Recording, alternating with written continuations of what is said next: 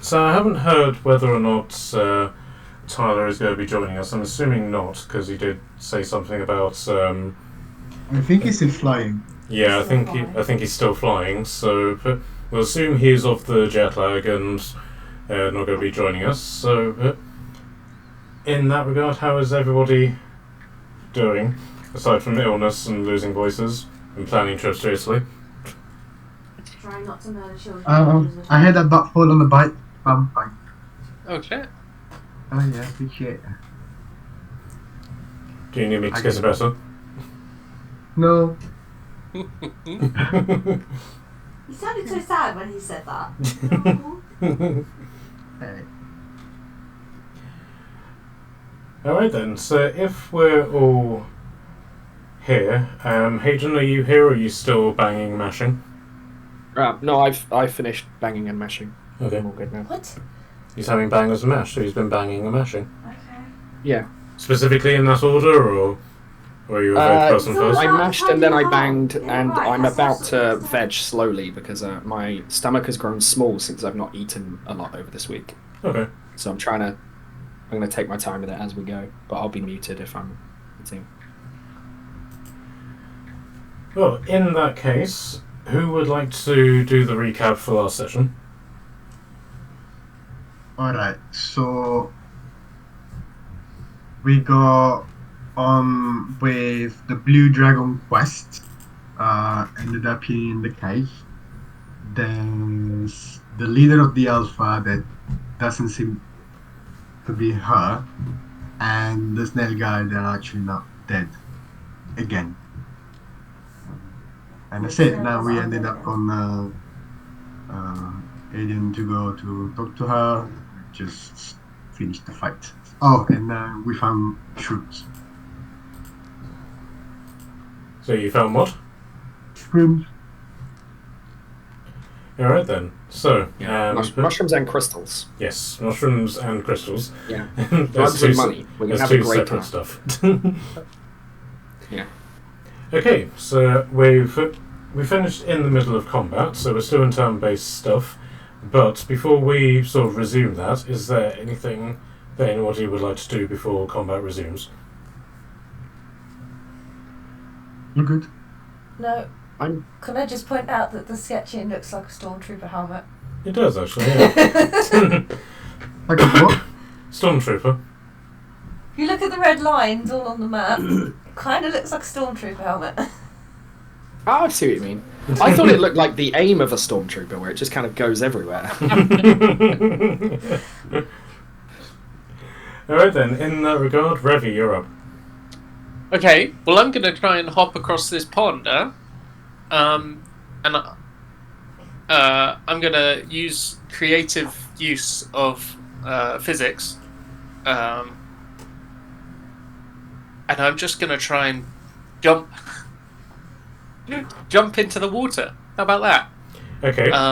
But at this kind of 20-degree angle. Okay, so are you basically going to try and leap to that spot, or are you just going to leap and swim? I'm going to try and... Do you think I have to touch rock? No, because the missiles were being whirlpooled round. I'm going to missile myself. So, Well, yeah, I'm just going to jump into the water. Try and jump into the water, hoping that the magical energies is going to gust me around and drop me cleanly off on the other side of the room. Okay. That's the plan. Okay then. So, in regards to that, can I get the athletics check from you, which is jump? Okay, here we go. A 19. Okay, so you do manage to yeet yourself basically to there. Can I get a dexterity saving throw from you, please? Don't know what I expected to happen. Oh no. 13. Okay. Nice. So you sort of seeing this coming because you have seen it happen before. You're basically just picked up as you leap and pulled straight upwards onto the ceiling. But you're able to orientate yourself so you do land head first. But you are now walking along the ceiling. And it's quite a strange sensation because gravity is still pulling your stuff downwards, but in terms of the way that you feel gravity working on you specifically, you're being pulled towards the ceiling. So it's quite a contradictory situation you're going in. Okay. So that was 15 feet of movement, so you now have another 15. No. Do I try and walk 15 feet? Do I walk over a rock? Yeah. I'm going to try and walk 15 feet around the room. Okay. What so about you get to that. what about if you like the gravity stops on the rock and then you smash your head on the rocks? Yeah, there is that, but it's got me this far. Okay. Right? So you step onto that bit. Can I get a second dexterity saving throw from you? 7. Okay. Unfortunately, as Barrowcaster's debating this with you, you get distracted, take a step, and go through a sort of slipping sort of motion where you misstep, you fall, and then you get dragged by gravity and go all the way around to here. Is he on the rock or in the water? So, because you failed the dexterity saving throw, you do hit this rock in a sort of prone position, but horizontally along the rock. So you take just 1 bludgeoning damage in that regard. Okay, it's fine. Okay, so you now have another 10 feet of movement. You know what? My history with swimming isn't the best. I'm just gonna put myself on top of this rock. So you're just going to use the rest of your movement to basically just roll into a normal vertical point on that rock. Position. Yes. Okay. So that's all of your movement. Anything is actions? No. No one. I don't think anyone needed anything. That was a pretty clean fight. I remember Otley decapitating quite a few people. So I think we're good. Yeah, someone vaporized as well. Okay, so in that regard, it's now Jen's turn. Now, Jen is effectively alone in this cavern, which is illuminated both by the water and by all these glowing red crystals, which sort of line the back of this room. But she was opening the chest, and now whatever it was that she wanted to get out of it, she appears to have gotten. And she's now facing Otley, who is standing upside down on the ceiling. So... Yes. Thank you. And she is basically just going to observe you, Otley. And then she's going to pull out both of her katanas. And you don't know if it's sort of like the echo of the cave, but these things come out with a very high-pitched swing as she unsheaves them. Oh, okay. They're very sharp. And she's going to put herself in an attack pose, and then with both of her swords, point directly at you. I'll allow you an insight check if you want to try and figure out what she's doing. Yeah, why not? That is a natural 20 for a 26. Nice.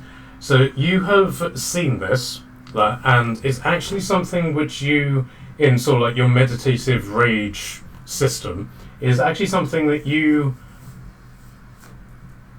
It's in the same school as basically what you're doing, except much higher. She's put herself into an intense focus. And this is a form of rage where if she engages you specifically, and only you, she will get bonuses on her attacks. Okay. But you sort of recognise the school of this, that she's got what you regard as an intense focus, which is a single target, or a widened focus, where she can deal with multiple people at the same time. Okay. And so, in that regard, she is going to make her attacks against you. What does she need to beat for your AC? 19. She's gonna meet it or beat it. Okay, 21, 27, a miss, and another miss. So she basically makes 4 attacks against you, just like slash, slash, slash, slash. And it's a very sort of like choreographed thing where she slashes down on one side, slashes down on the other, brings them both up, and then does spinning motion and brings the blades down. And it's the last 2 blows that hit.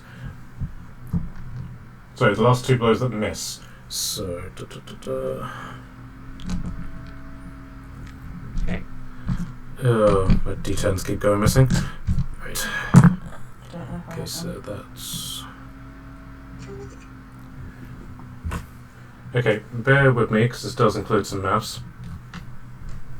No worries, take your time. Next time, warn us and I'll give you a bear picture. Okay, so... Plus 18...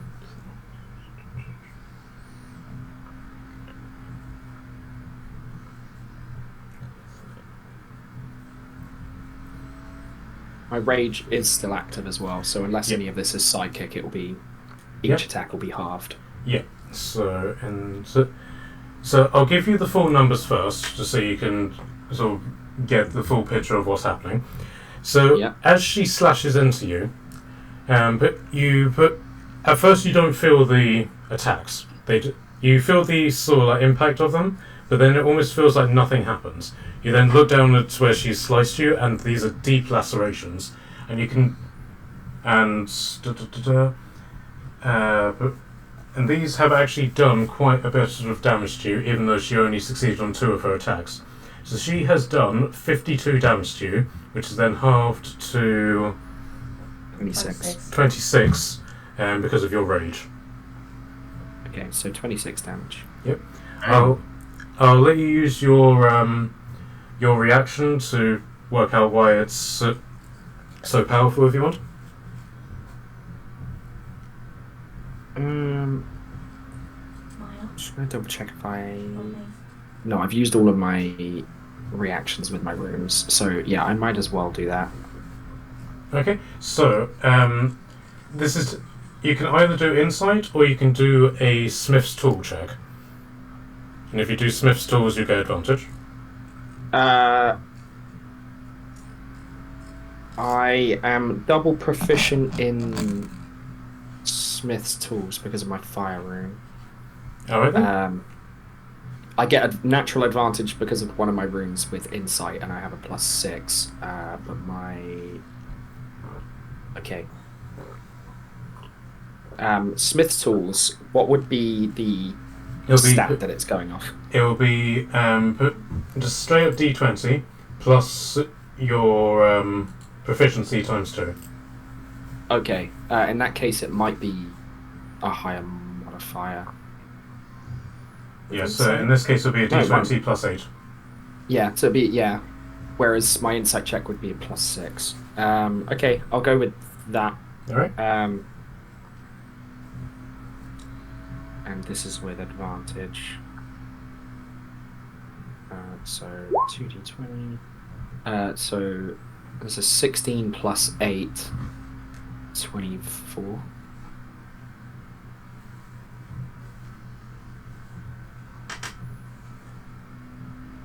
So 24, did you say? Yeah. Okay. So you immediately pick up on this, not necessarily just by the wounds, but by the sound that the swords are making as they're swishing through the air. She's attacking you with adamantine swords. Okay. So where she hits, she crits.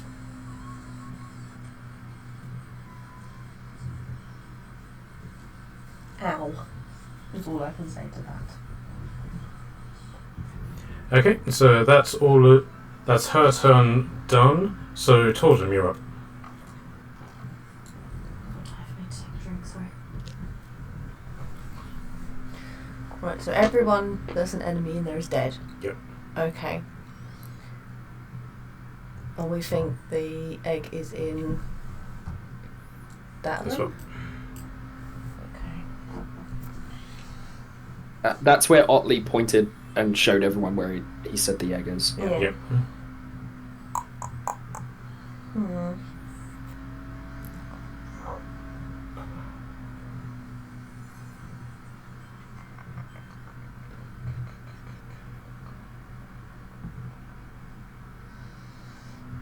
Sorry, trying to see if I had anything to. Do you want Otley to take his turn while you look? You can if he wants, yes. Sure. Otley, if you want to take your turn. Yeah. Am I able to like drop down from the ceiling? There's nothing particularly indicating that you can. You can try sort of like jumping down, but you get the feeling that you'll still be dragged up to the ceiling. So, Okay. So given the mathematics of this room, you gather that you are on a point which is drawing you to the ceiling. If you were to move from that spot, then you may be able to drop down to the ground. Okay. So if I were to move forward, it would. It might. You haven't been able to map this room at all in the way that you've been able to map the open area. That's fair. Okay. Well, she's not on the roof where she is. No, she's on the ground, but given your size, you're still able to engage with each other without much difficulty. Yeah. You know what? Why not just? Yeah, I'll just fight her upside down. Why not? And I get 2 attacks. I'm still raging. It's still big.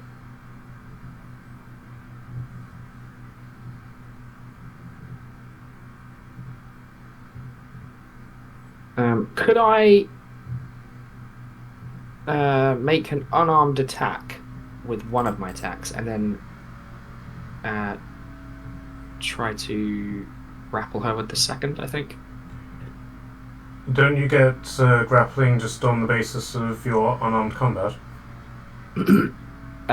So the fighting style lets me. Well, I mean, I can replace one of my attacks with a grapple. Anyway, right, okay. I think as raw rules, anyone can do that. When I'm grappling somebody at the beginning of my turn, then I could just deal damage to them. Right. Okay. If you want to, if you want to grapple them as one of your attacks, I'm happy for you to do that. I'll throw a normal attack first, and then I'll grapple them after. I've got my hands are empty, so I'm going to go for the 2-hand. All right. So it'll be this one. So that's an 18 to hit. Yeah, that hits. So it's 11 plus 2 from the rage. So 13 bludgeoning, magical bludgeoning. Okay.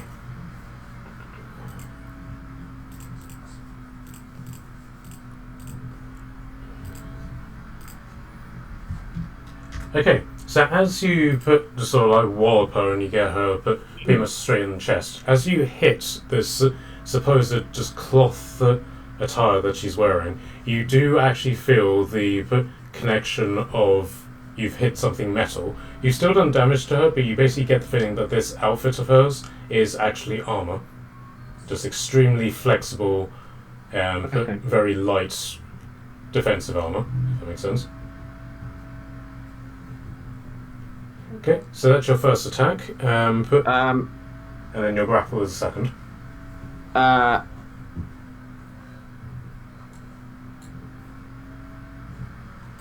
Since I've hit with a melee attack, I'm going to use my bonus action with the werewolf totem necklace. Yep.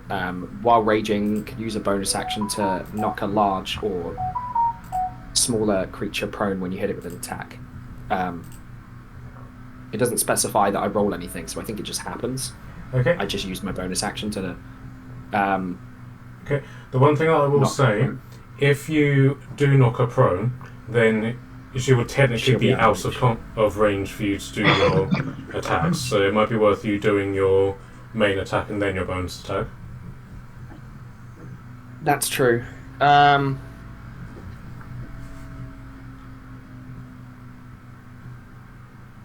I don't think that would technically work if I followed up with a grapple to grab her. I will... I'll just go for the grapple. Okay. I think. I won't be able to do both. So, Do you need anything from me? target must succeed on a strength save. So that'll be a 14 rules, to break through. That's 412. I know I'm pretty sure the old rules were that we both roll a contested check, but I think the new rules, it tells me on here somewhere. Yeah, it says 8 plus proficiency plus strength, so it's really up to you if you want to do it that way or we roll contested. I don't mind. As per the new rules, it just says on here that it would be a DC 17 strength or dex save. Well, either way, she failed that, so because she got a 5. So, Yeah. so it's up to you if you want to do it the old school way or the new way. I'll just take it Okay. as it is. Okay. I mean, I've got a +5 to my strength anyway, so yeah. Okay, so she is now grappled. Okay.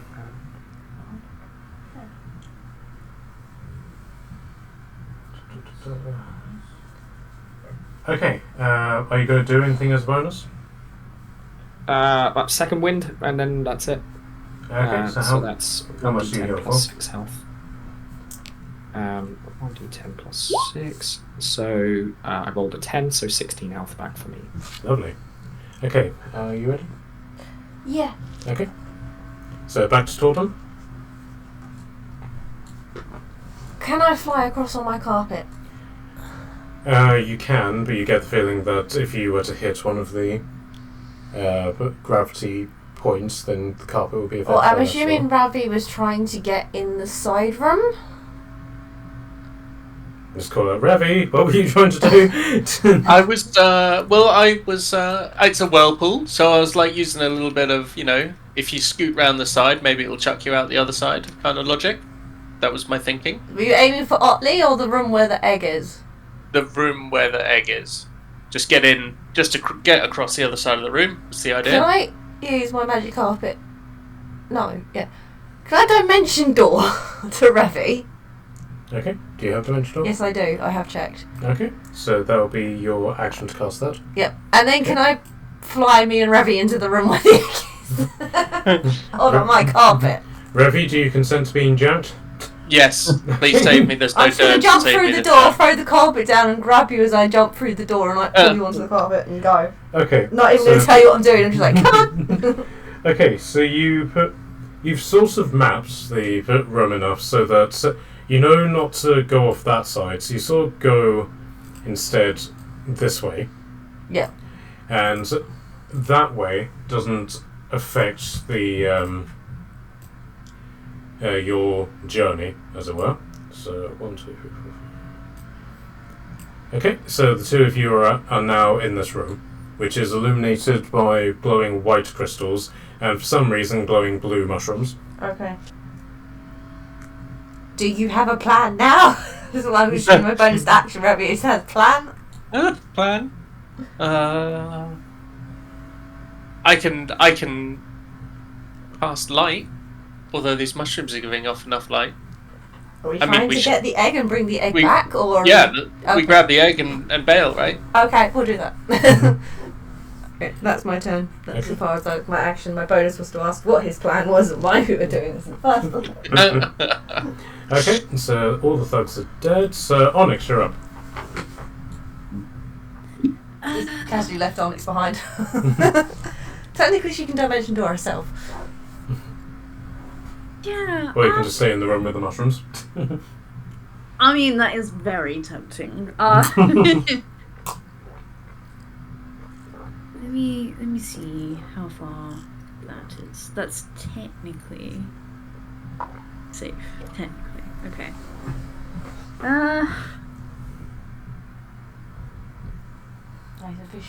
I'm sure this isn't gonna kill me. I'm gonna. If this is this square technically steppable. Oh yeah. But whenever I did this map, it was on its own grid system, which did line up, which then this doesn't. So, but Fair yes, all of these corridor things are steppable. they're 5 foot wide. So if you do go through them, you have to go through them single file. Okay. Let me check. And then I'm going to use a spell slot to save my arrow charge to Misty Step. Okay. Let's see for. I'm gonna Misty Step there then. Yoink! Okay. So you land, and so you sort of misty step, and as it in the time it takes you to come out of the misty step and land back in the water, can I get a dexterity saving throw? Oh God. Okay. Dexter. Okay, bear with. Dex save. Okay. Ooh. How's a 13? Okay. Yep, that's enough for you to be pulled up onto the ceiling, but land relatively unscathed, so you don't take any full damage. You are now on the ceiling of this room. Oh.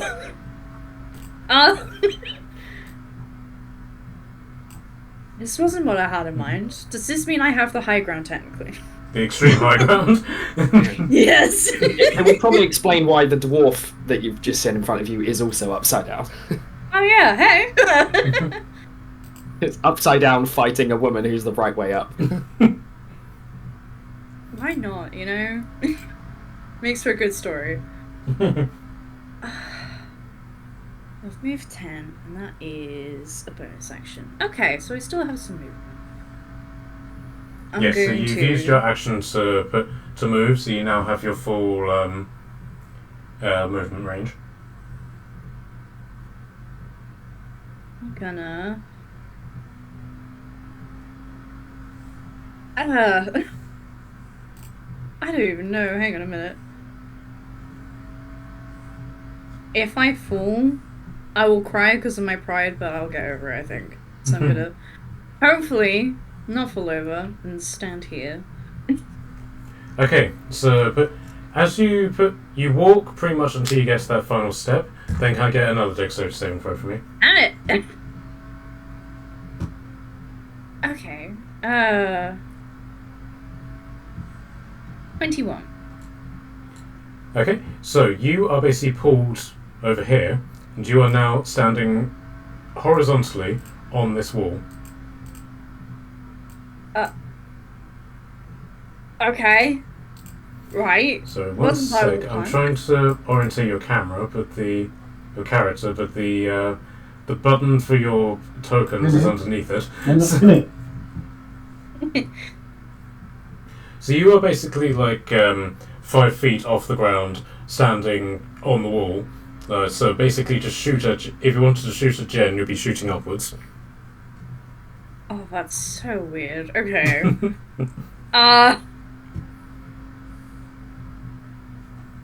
Okay. That.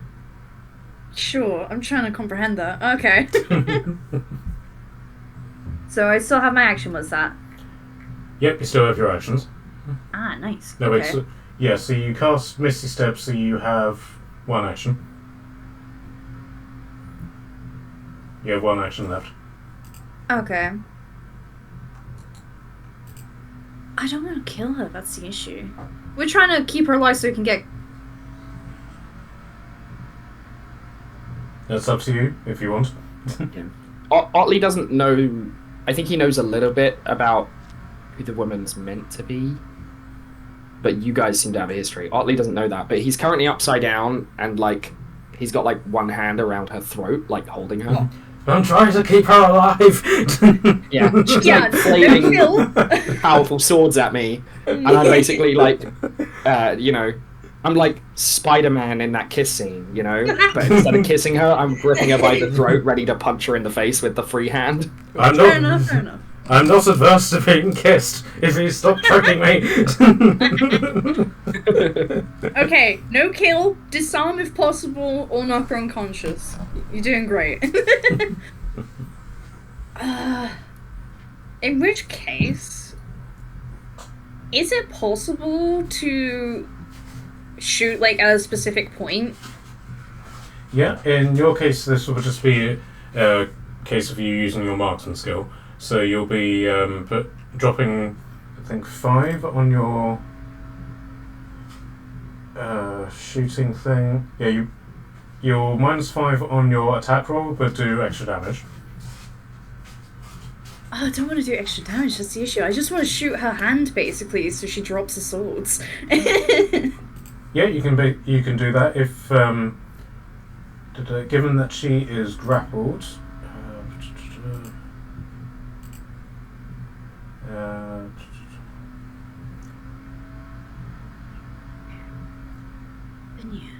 Yeah, you can basically do that. You don't have any sort of like advantage against her because she's being grappled. I think it's the restrained function. Yeah. That's fine. So you can basically just try and shoot one of her hands and see if she'll then drop the sword. Yeah, I'll try and do that, so then it's not like outright gonna hopefully murder her. Fingers crossed. Not sorry in advance. Oh god. Okay, that's not good enough, but that's fine. That's fine. Would I still be needing to use the sharpshooter for this? No. If you wanted to like shoot her directly in the head, then you would get the extra damage yeah. if you did that. But if you don't want to, if you're just shooting her in the hand, then sure, you can just shoot for a particular outcome that you're looking for. Okay. Oh. Does a 17 hit? Yes, because you're attacking the hands, which aren't actually armoured. Nice. Okay. I won't use an actual arrow. I'll use a fiery one, because why not? Added flair. Which is... trying to find the right dice. So that is 13 piercing damage and then 3 fire damage. Okay, so that's 16 in total, yep? Yep. Okay, now you can also see that she is going to do 2 separate concentration checks.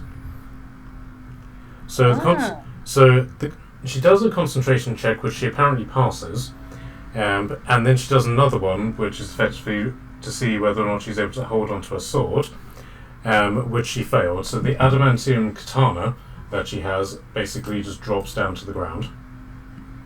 Nice. We use the token for Jerry in this instance. Cherry! So she has basically lost but one of her swords. It will be an action on her part to effectively reclaim it. Is there anything else you'd like to do? Because I've used bonus and action, I think I'm all good. I think You just used your actions and your movement. So you do still have your bonus. Oh, because I'm looking at Misty Step on this thing, like the spell itself, because I have it as a spell as well as the arrows. I was seeing that and it said a bonus action, so that's why I'm more befuddled. I mean, you can use it as a bonus action if you want, and then just do another attack if you wanted. No, it's absolutely chill, honestly. I'd rather not hurt her too much. I just want to weaken her and make her squishy, essentially. Alright then. So is that your turn done? Yes. Alright then, Barracast, you're up. Alrighty. Am I muted? No. Okay. Well, this is the decision again. I don't know where to go. Should I go? I mean, the guys are more. They're fine, right? They're cool. They're chilling. Mm-hmm. I would like to know more about the egg. So, with all the electricity around me, I'm gonna do a very wise decision of thunderstep. Okay. Where are you thundering to? I am thundering myself here. Okay. And it's from where you leave that the fire effect occurs, isn't it? Yes. Okay, so given there's nobody around, you don't necessarily need to worry about that, but you do set fire to these bedrolls.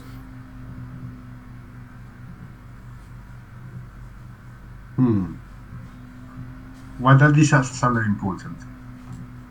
No reason whatsoever. No reason whatsoever. But I lie.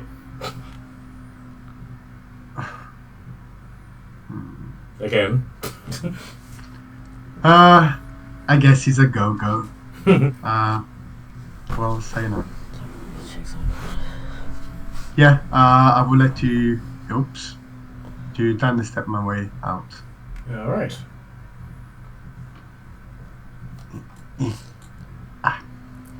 Lovely. So you emerge in the cave that has the glowing white lights and the glowing blue mushrooms.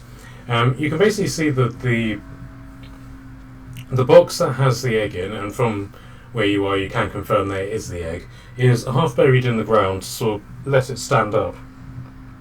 And you can see that it's slanting slightly where it's a little bit off balance. And you can see the egg is inside it, and you can also see that underneath the egg are a bunch of burning embers, which are keeping the egg warm. Ooh. Oh, it's alive. Damn. Okay. Does it looks like that it's doable to pull it up from the ground? Yeah, but it's basically... Not immediately, I've got 10 of strength. It might be a challenge for you, because it does look quite heavy, because this is basically a giant glass coffin which you're going to be pulling out, but it is doable, doable by hand. Okay. I can't do that. So, can I inspection more my surroundings and the coffin? Sure. Give me an investigation check. Mighty -1. Oh, beautiful. That's a 1. Total 1. Okay. But aside from luckily I found it before, so it's there. Yes, so you're investigating various things, and you see 2 very distinguished shadows which seem to be creeping up on you. You turn around and go, "Ah!" only to find out that it's Revy and Tordum.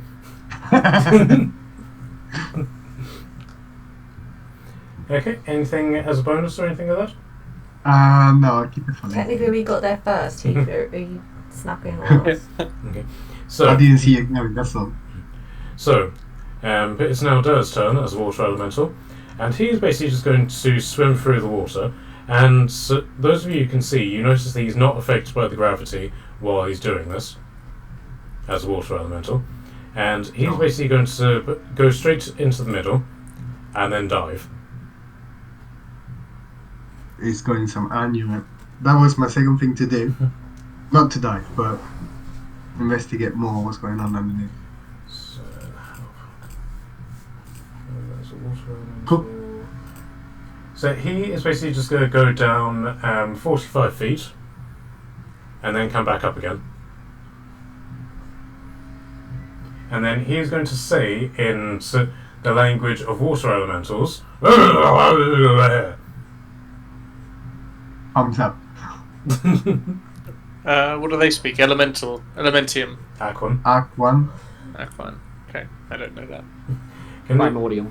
You can, all of you can give me an insight check to see if you can work out what he's talking about. I'm good. I'm too far away.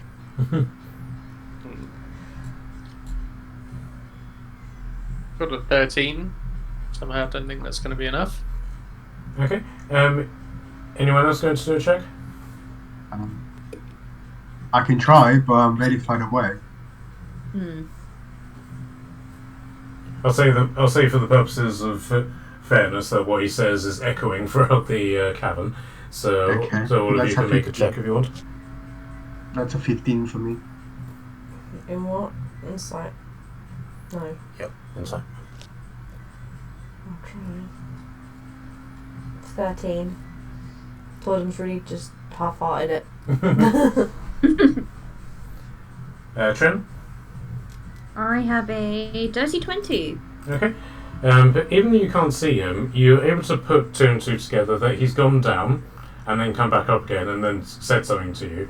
And he says it in quite a frantic way, which sort of tells you something is coming. Oh, Ooh. joy. I'll try and put that across, just like shit might be fucked soon.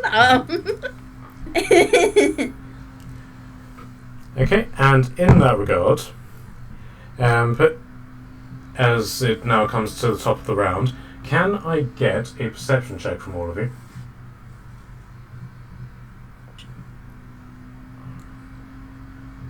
Yeah, 19 for me too. Is this from everyone? Yep, everybody. 6. I might switch to normal dice in a minute. I'm not rolling particularly well. I got an 11. Okay, so all of those who got over 10, you have the distinct feeling that you are being watched from something that wasn't observing you before. You just get this sudden chill over you, like, we're being watched. How much you want to base, Frank? Darling, I'm always watching you, but it's not me in this case. Okay. Just checking. Don't worry, darling. Right. Whenever I'm watching you, I will make sure that you know. Great. Thanks. Consensual. Is there like a familiar feeling, something that we experienced before, like chills that we know what's coming, or is a chill because something is watching? This is a chill because it's negative energy. You as a warlock would probably find it a bit less disconcerting than the rest of them, but the one thing you're picking up on this is that it's not coming from a particular place. There seems to be an omnipresent feeling. It's everywhere. Ooh. I like when he's everywhere. Okay then, so Revi, you're up. Well, I was going to heal, but I'm broken line of sight now, so I suppose I'll turn my hand to assisting Barakas with pulling the coffin out of the ground. Sorry. So you just jump down. So you get to this square. Can I get a dexterity saving throw from you, please? Oh no! 22. Oh yeah, no. You could have refused to get on the rug, you know. No. It was better than where I was. So you're pulled onto the ceiling, but without any sort of ill effects. You get to where you are now, but you're expecting to just drop down to where Barakas is, except you don't. You're still on the ceiling. It's upside down as well. Okay. Give us a hand, Barakas. So, Yeah, go on. can I reach up and try to... You mean down? Up, down? My up, you're down? No. My down, you're up. Okay, can I get a strength? Can I get a strength check from you, please?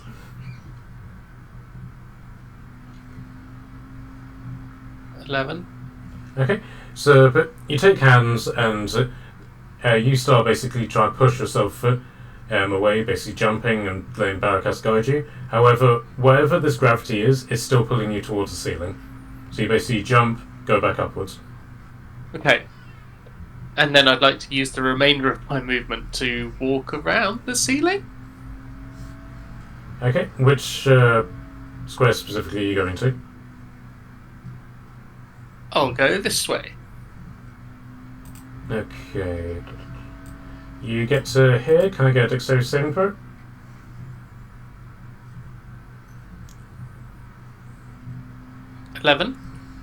Okay, so you dropped it back down to the ground, and it's the exact same problem as I had before, where the icon calendar thing is directly underneath the.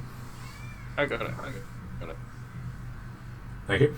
Right, so yeah, you drop down to the ground and you take 4 points of bludgeoning damage. Are you going to carry on walking around, or are you going to... I'm gonna now walk back to Paracast.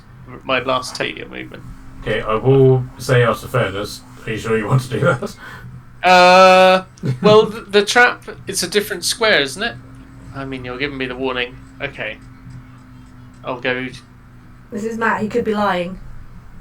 Should be. I'm going to go to the right of the coffin. How about that? Okay. Fresh tiles. Yep, so you go to there, and then there, and there's no other threat.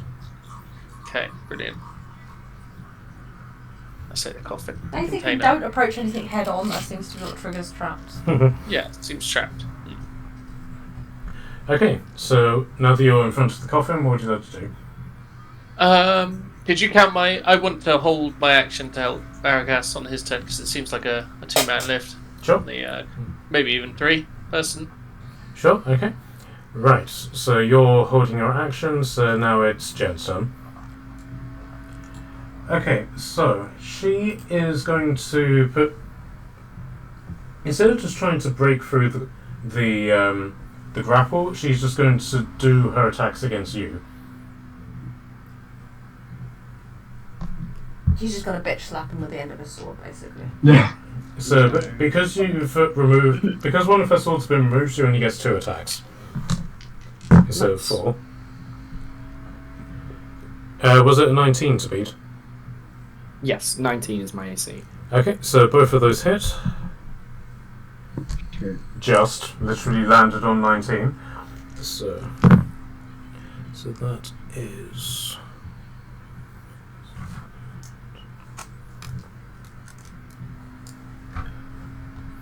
So 60.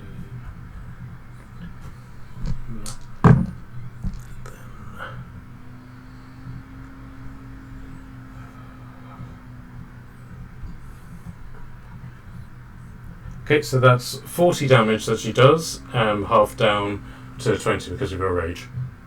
Okay, half to 20. Okay, and yeah, she's going to remain grappled, and so Tordum, it's now your turn. I guess. I can't really do much. They seem to be pulling the egg out. Otley's fighting. Trin is playing with mushrooms, I suppose. Nope, she no longer playing with mushrooms. Yeah, she's been catapulted onto the wall here. Oh, okay, and I can just look at the angle. Mm-hmm.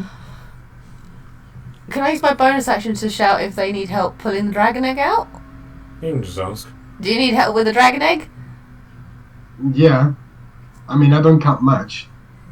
So I'm sure between me and you, we can do at least one person. So you need a third person. Yeah. Okay. I'm also very weak as well. I am a minus strength, so I'll go join in. Well, we can attach the... Yeah, my strength is 8, minus 1. Mm-hmm. Okay, so what route are you going together? I guess I'm on my carpet still, so Yeah. I guess I'm going to fly that way around. Okay. So, like this. Yeah, but... Yeah, so I come to the other side of Barakas. So 1, 2, 3, 4, 5, 6. So, how is it that you do your sort of lined journey, Trin? What was that, sorry? Whenever you move, it shows the route that you're taking. How do you do that again? So if you hold to like pick up your token, Mm. and then you right click, it'll pop up like a yellow arrow as you're like holding left click still. And then if you right click to the squares you want to go, it'll drag you there. Okay. It draws a path. Mm? I think if you then let go, it even like moves to each point in a order, Yeah. which looks really cool. I like doing that. Okay, so Torben basically skirts the outskirts of this, of the cave, and for some reason it doesn't actually seem to affect her as much as the central path went. So you can probably ascertain that she was correct, that taking the direct path to something is what triggers the gravity flux. I'll be there in a minute. So how far can you travel on your carpet? I think it's 30 foot. I think it's the same as my normal travel distance. my magic carpet? Carpet of flying. Doesn't actually say. I don't think we have a look. I think it's just 40 foot. Probably about. Okay, so you can do another. There we go. Okay. Can I use my bonus to just jump off the carpet and just go into that last spot?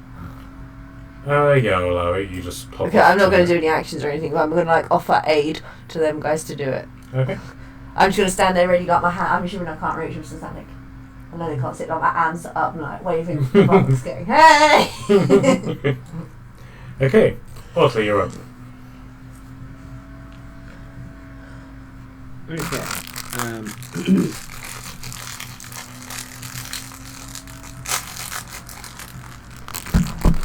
Something I had in mind. Let me find where it is on my thing. Start of each of my turns, I can deal 1d4 bludgeoning to one creature grappled by you. So I'm going to start with the 1d4 since I'm grappling her. Mm-hmm. That is a 2, plus I'm raging, so another 2. Okay. Alright, so you get that as a free action, don't you? Yeah, that just happens. Yeah. Okay. So, what are you going to do from this point? I would like to. He's gonna carry on keeping one hand trying to hold her still. Mm-hmm.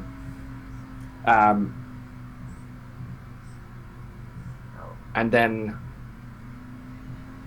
I don't like that she keeps hitting me sword, but I don't feel like I can easily disarm her. Would it be possible to with my other free hand try to grab her grab her hand that's on her sword with my hand over the top, so to hold the sword and her hand still?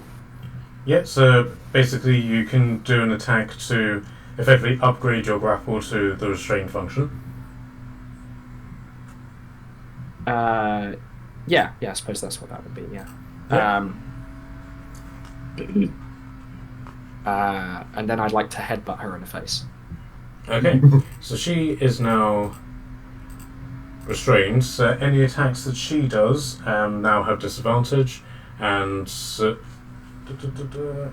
attack rolls against her now have advantage, so you now roll with advantage on your headbutt.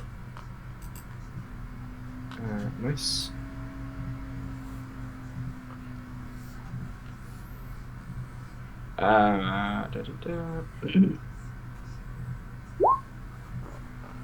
That would be a 19 to hit for 13 damage. Lovely, okay. Okay.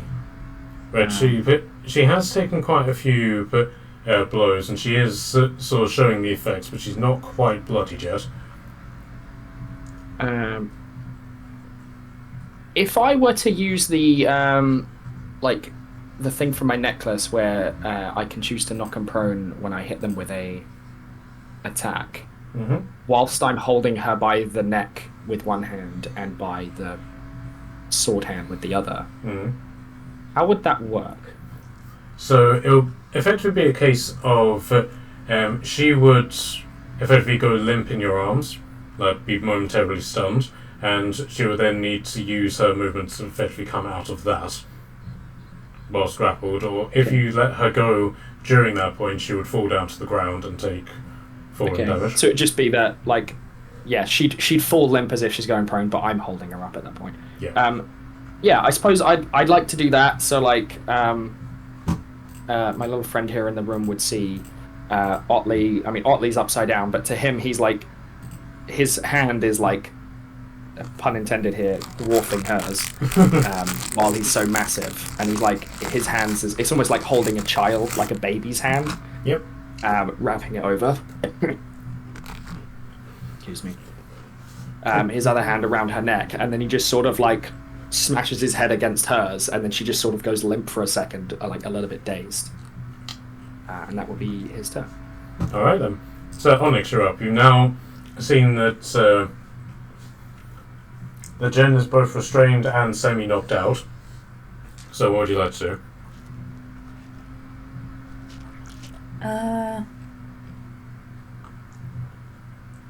Tie her up. Hang on. Seeing if I just randomly have like rope to like bind her or something, if I had the chance. But I do. I technically have rope. So as you're searching for your inventory, policeman Frank pops up next to you. Don't worry, darling, I have yay! As he's dragged up to the ceiling. Fails his dex save and just ends up pinned to the ceiling. I bet he loves that. Yeah, I was gonna say. But the question is his Officer face up. hanging near Trin's face, or is he like miles above her? Don't worry, darling, I've been in several situations like this before. Oh god. On both ends of the system. Oh. Of course. Happy for you, man. Really happy for you. But in my current situation, I think it's better that you have these. He holds out some handcuffs to you. You've got to get to. She's got to get to her, though, hasn't she? So if you would like to add to your inventory manacles. Okay. Do they have any fluff on them? Yes, they're pink, fluffy, and with little black spots on them, like leopard print. They'll be really good for when that dragon comes back, the green dragon guy. Look. Give him a stir. I'm sure he can fight the dragon over them. At which point you hear from outside of the cave, "What the hell are you doing here? I'm here to find my true love. Get out of my way." Oh my gosh. You know, if we made all these strength checks, maybe we should get the green dragon to pick up the egg for us. I mean, I've got high strength. I'm just upside down grappling a person in another room. Well, you can compensate for me then. Yeah, we should have swapped. Should have gone opposite ways. You can go Yeah, I was opposite thinking ways if you wish for it, darling. No. All we're going to shout from the other room is, "Don't wish on Frank."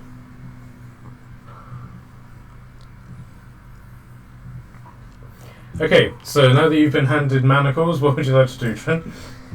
I would like to attempt not to be on the wall, and we'll try and like step down onto the ground.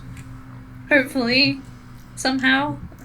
Okay, so you try to sort of level out, and gravity just doesn't seem to be working with you. So it'll be a case of you can try to climb, but it will be an athletics check. How athletic am I? +0. Or you could attempt to try and map the effects of the gravity, if you like. Yeah, I think that's probably going to be my best bet. I'll help you soon in like 5 to 10 business days, depending on how this shit goes. Is that why you're actually shouting out so hotly? Yes. Just remember, bank holidays do not count as a... That's why it's 5 to 10 days. It includes days off and rest time. At which point you see another Frank appear. Oh no. He's the cheerleader Frank for the time being, holding up a plaque saying "Pro 4-day working week," and then he promptly gets dragged up to the ceiling as well. The question is, when they're upside down, are their clothes the right way around, or is their clothes looking properly? No. So anything which isn't sort of like sort of set, like your hair and things like that, that does go in the direction normal gravity would, but the rest of you doesn't. It's a very contradictory system. So when you're on the ceiling, your hair goes downwards. If you're wearing like robes and stuff, they go downwards as well. Sleeves. Yeah, so their clothes are basically flopping down as well. Yeah. So technically nobody can see anything because all their hair or clothes are in their face. Yes, oddly, you're going to suffer from that tremendously, aren't you? Well, I mean, his cape would be like behind him, so it would only cover from like. I won't be able to see what's coming from the main room. It's probably how I didn't notice our police officer until he just appeared. Yeah. I assume maybe he walked in, I just didn't see him because my cloak is like a curtain blocking me behind. Okay, so what would you like to do, Trin? I don't know how to even begin mapping this place. I'm gonna, I guess, keep 5 foot stepping along the edges of the wall Okay. and like stay as close to the ground as possible and pray that I just flop down, hopefully. Sure. So, are you going this way? Yes. Okay, so 1, 2, 3. So you get to about here. Because you're now close to the ground, I won't make you do the dexterity check, but you just go flop onto the ground of this square, in between these two crystal formations. Okay. Alright, we're on the ground. I'm glad it didn't take as long as I was expecting it to be. This is a good step. How many steps do I take? 1, 2, 3, 4, 5. You got another step that you can take. Oh yay. In that case, I will step closer. Okay, so you're effectively taking cover now behind a really big chest. So the sort of thing that you could probably put a lifetime's supply worth of supplies in one of these things, and it does seem to be quite ancient as well. Ah. So for the purposes of being behind it, you're getting half cover. Ooh, okay. Can I peek inside it? The opening mechanism is on the other side. Damn it. Okay.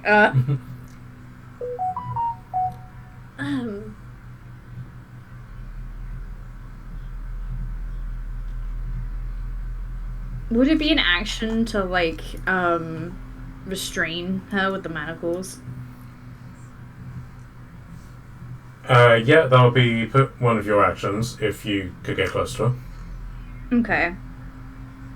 I might just use another spell slot just to ensure that she can't beat anyone up again.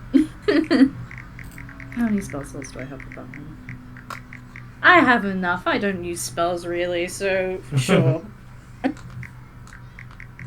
I will teleport or misty step. I mean, you could just do one of your actions to dash if you wanted. Oh my god, I could do that. I forget dash is a thing. Yeah, then I'll do that if that's okay and save a spell slot.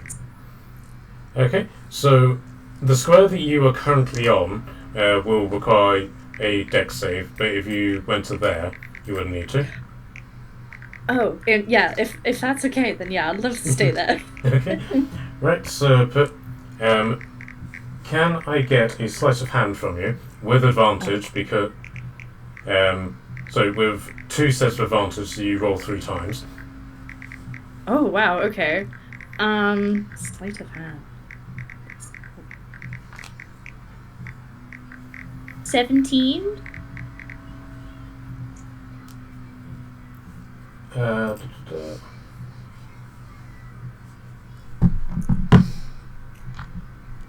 Okay, that one didn't work.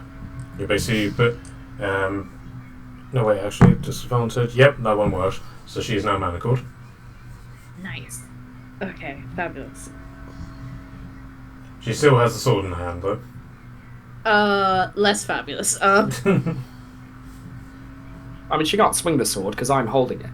And she's kind of manacled. I'd like to see someone try to swing a sword, but they can't use their arms. Yeah, I'm just saying the sword is still in her hand. So Yeah. That's fine. We'll beat the sword out of her hand. Tickle her, and maybe just drop it. Tickle her. Yeah, I was just gonna say. I mean, Well, no, we're not supposed. We don't want to kill her, so maybe tickling her. It's not killing her, is it? well, I mean, so her hands are handcuffed together. I'm holding one of her hands with a massive hand, and her other sword's on the floor. So I guess I could just, on my turn, just take the sword off of, like, pull it out of her hand and throw it away, and then she can't do anything. And she can't bend down to pick the other one up because I can just hold her upwards. yeah, She can't bend down if I'm holding her up. yeah, that's basically what's happening. Yeah, So, that's great. I think we've got I'll this. take this in a little bit, yeah. Okay, so you've used your action to dash and then to manacle her. Is there anything else you'd like to do? Pick up her sword You know, from the floor. if that's feasible, then yeah, if that counts as a bonus action, absolutely. Yeah, absolutely. If you want to add, bear It'd with be me. an item interaction, wouldn't it? Bear with me. I've completely forgotten why I called this. If you just type in katana and then select the honed adamantine katana. Oh, wow. Oh, it's pretty. Okay. I had a look at that when I was making my character, so I have a vague memory of what it is. It is nice. Oh, it's so pretty. Keep it. It's yours now. There's two. I'm just saying there is two. Ollie fights with his bare hands, so as much as it's nice, it would just end up in my bag. Dual wield it, like she did. And then you just hear Jerry just say, "Yes, dual wield it, and then I will come out too, and you'll have 3 swords." Oh no, don't give me ideas, man. Okay, I know what my new mission is. Thank you. To be more armed than Jen. Yeah. Okay, so that's all of your stuff now, unless you want to use the rest of your movement. Nah, I'm happy being here, you know. You're not going to move out of her way in case she does somehow stab you with a sword. It's fine, you know, like, I'm here as, like, I've got visions emotional now. You support, say it's moral fine, it's fine, it's fine, and come in next turn, then you sort of like speared by a sword and like, damn, why did you say I'm fine? I would I'm just like to. healthy. I would just like to take this opportunity to say, I told you so. It's fine, it's fine. Alright, so Barricas, you're up. I think we're all gonna start our pulling action. Okay, so Revi, you're doing the held help action, aren't you? Yeah. What are you doing?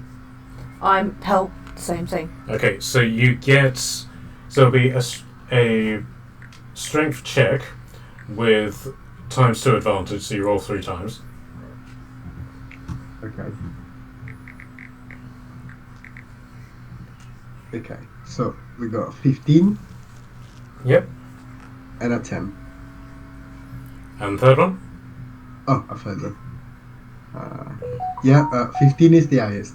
Okay, so it does start to shift, but you're able to sort of put gently like rock it backwards and forwards to loosen it up, and like you can tell that with a good sort of like heave, you will be able to bring it out clearly without the earth affecting it. That's something you've yet to do. Okie doke. I guess I'll wait for the others to do the same, and yeah, that's it. Alright then. So, Dura as an elemental is going to come and join you. So this just random water elemental just turns up in the room with you. Rah to you too. Unfortunately, that's all he can do. So it is now Can you? What was that? No, it's fine. Not now. I was wondering if it's possible to let it change to a earth elemental, so I can just, dig it out. Yeah, I'll let him do that. And because of my rules on wild shape, he doesn't need to use another one. See, wild shape, not polymorphed. Yep. So he basically just sinks into the water and comes back up again as an earth elemental. And just goes.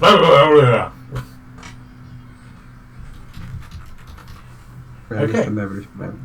So with the new turn coming up, all of you just suddenly get a sudden sense of sort of dread about you, and those of you who can cast magic momentarily feel your magic just turn off all of a sudden. It turns off and then comes back on. It's a very disconcerting feeling, particularly for Tordam and Barakas, where magic is pretty much your entire being. It really does feel like you've lost a limb or you've suddenly been blinded. And then sounds about right for Tordam. And then out of the water, which is starting to really roil around a bit, you see several tentacles start to come out of the. Can I just jump up and interrupt That's and go, it's sushi! But then you realise that these aren't tentacles, because at the tip of each of them is an eye that's looking around at all of them. I don't remember sushi having extra eyeballs though. No. And then out of the water comes a giant bulbous head with this ear-to-ear maw of razor-sharp teeth. And as it fully emerges from the water, you can see a beholder. Can I just shout, Sushi, when did you learn to fly? Bad boy, go back home. Damn, no, fuck. And it then lets out this piercing scream, and it effectively sounds like it's got two voices to it. One a piercing scream, and then the other a low rumble. And it basically turns its gaze upon you guys through this opening and shouts, "The egg is mine!" No. Okay, so Revy, you're up. And at the moment, and this is important in this regard, it is currently looking at you guys. I've heard about beholders. They are pretty fierce. Pull this fucking cough out and let's get the fuck out of here. Yeah. Now! Okay. Let's tug then. We'll Okay. look to tug. Yeah. Okay, so the others haven't had a chance to apply their help, so this will be you pulling by yourself, unless you want to hold your help. I think I'm gonna have to hold my help because I am in a similar situation. I think Barakas has got the highest strength out of the What's three the of us zero there. strength? How much Okay. you got? I got 0 as well. Okay, we're on a level playing field. Do I want to do it? What's worth it? I mean, it's net the same, isn't it? Might as well give it a go. Otherwise, you just go with 3 rolls of advantage, right? So you should go. Yeah. You miss every shot you don't pull the trigger on. Right. Okay. Strength check. 16. What? Okay. Okay, you are able to push it, shimmy it more out of the ground to the point that it's now leaning more towards the ground. Like, it's pretty much fully erect whenever you started. It's now a 45-degree angle. Well, let's Okay. push. Got nothing. No, I've got nothing that can help us here, I don't think. And as you are looking through your spells, you're very aware that your magic has been turned off again. Ooh. And in that regard, Dur the Earth Elemental disappears and reappears as Dur the Goblin. Oh, fuck.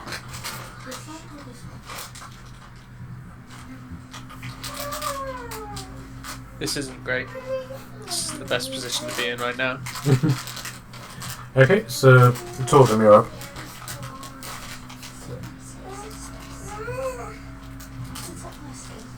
Do you want Jen to take this one? Okay, so while Natalie's sorting out the girls, Jen will take her turn. So she will.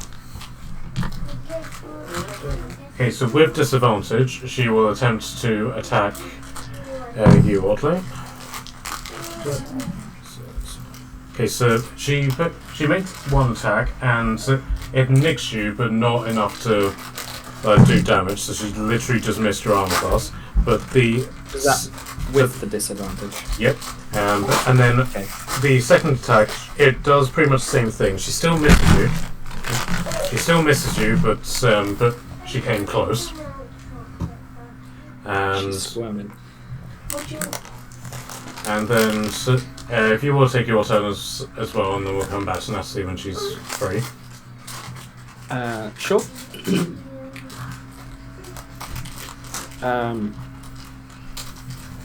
Would I be able to try and just brute force pull the sword from her hand, or like? Well, I suppose first of all, starting on my turn, she'd take the damage from being grappled. Yep. Which would be +2 for my rage, so that's 4 damage. Lovely. Magical bludgeoning. As I'm like squeezing pressure around her throat and like her hand. Yeah, so in regards to effectively wresting the blade out of her hand, you can either try and do it dexterously with a sleight of hand check, or put a contested athletics check, either of which she will have disadvantage on the contesting roll. That is fine by me. I'm raging, so I think that raging gives me advantage, I think. Yeah, advantage on strength checks and saving throws. She got an 8. Okay. Without rolling, I have a +9. Okay, so yeah, you win that. So you now have. Are you just wresting it out of her hand and dropping it, or are you? He'll like essentially just he's got his left hand around her neck and his right hand holding that hand that's got the sword in it, while she's like handcuffed together, and he just squeezes it as tough as he can to kind of just so much that the bones start crunching in her hand, Okay, and then he kind of relaxes just enough to let the sword fall on the ground. Okay. Retains his grip again. Okay, so with her disadvantage on all saving throws as well, she does a Constitution check, and you feel her wrist just dissipate as you do this, and she drops the other sword, which is now on this side, and goes point upwards, goes straight into the ceiling. Okay. So she is now completely disarmed. Okay, so she's got one hand handcuffed to the other. One hand has got a dislocated wrist. And I've got a hand around her throat.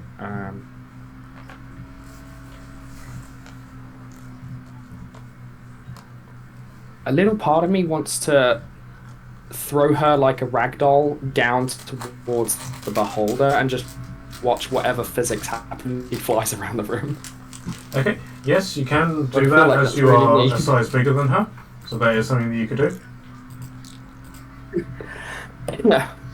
Pardon me. I kind of want to because I feel like that'd be entertaining, but I think it's a good idea. I also know that we need her alive for questioning. Yeah. Oh, actually, I can't see the beholder, so I don't know it's there. Yes, you're currently unaware of it. But something that I've been meaning I keep forgetting to ask you and Onyx to do. Can both of you give me perception checks? Perception. Oh, sure. Do you need an active roll or my passive? Active, please. Okay, in that case, that is a 13. Onyx? I got a solid 9. Okay. So, you, oddly, but without sort of knowing the context of this, you're looking at her, looking at her face, and you can see on one of her cheeks is what looks suspiciously like she's basically got this birthmark on her cheek. Where's it gone? And it's in the shape of a snail. Oh, Not a snail like the other people. Yeah. God damn it. Okay.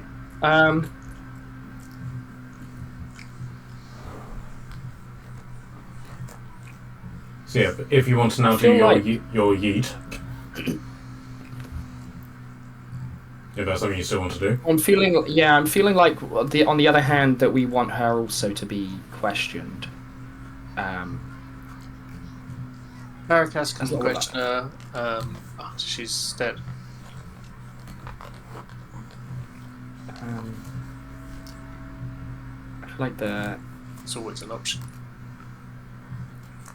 I suppose you could just suplex her in the direction of the of the beholder. yeah.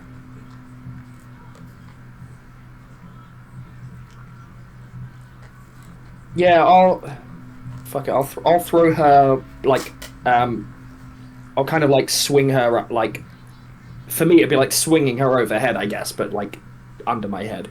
Yep. So she is Out into the effectively there physics of the now. hallway.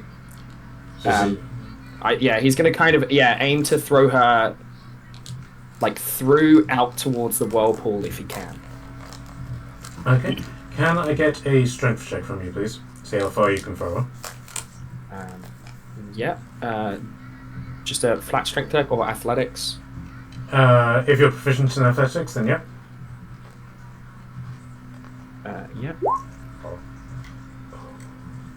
23. Okay, so you do yeet her basically through the entrance, and she lands. She effectively goes through quite an odd route. So, as she goes through so you're upside down. You're yeeting her quite a low angle. She goes upwards, but carries on. Goes downwards again. Ends up in the direction of the whirlpool, and then zooms across and gets pinned against this wall. No, you sit with Maya and watch it. Nice. Good enough for me. She can sit there with her dislocated wrist and think about what she's done. So that's so bear with me to look at the suplex damage. So 7. Fuck, I don't think that. So she takes 14 suplex damage. Be quiet.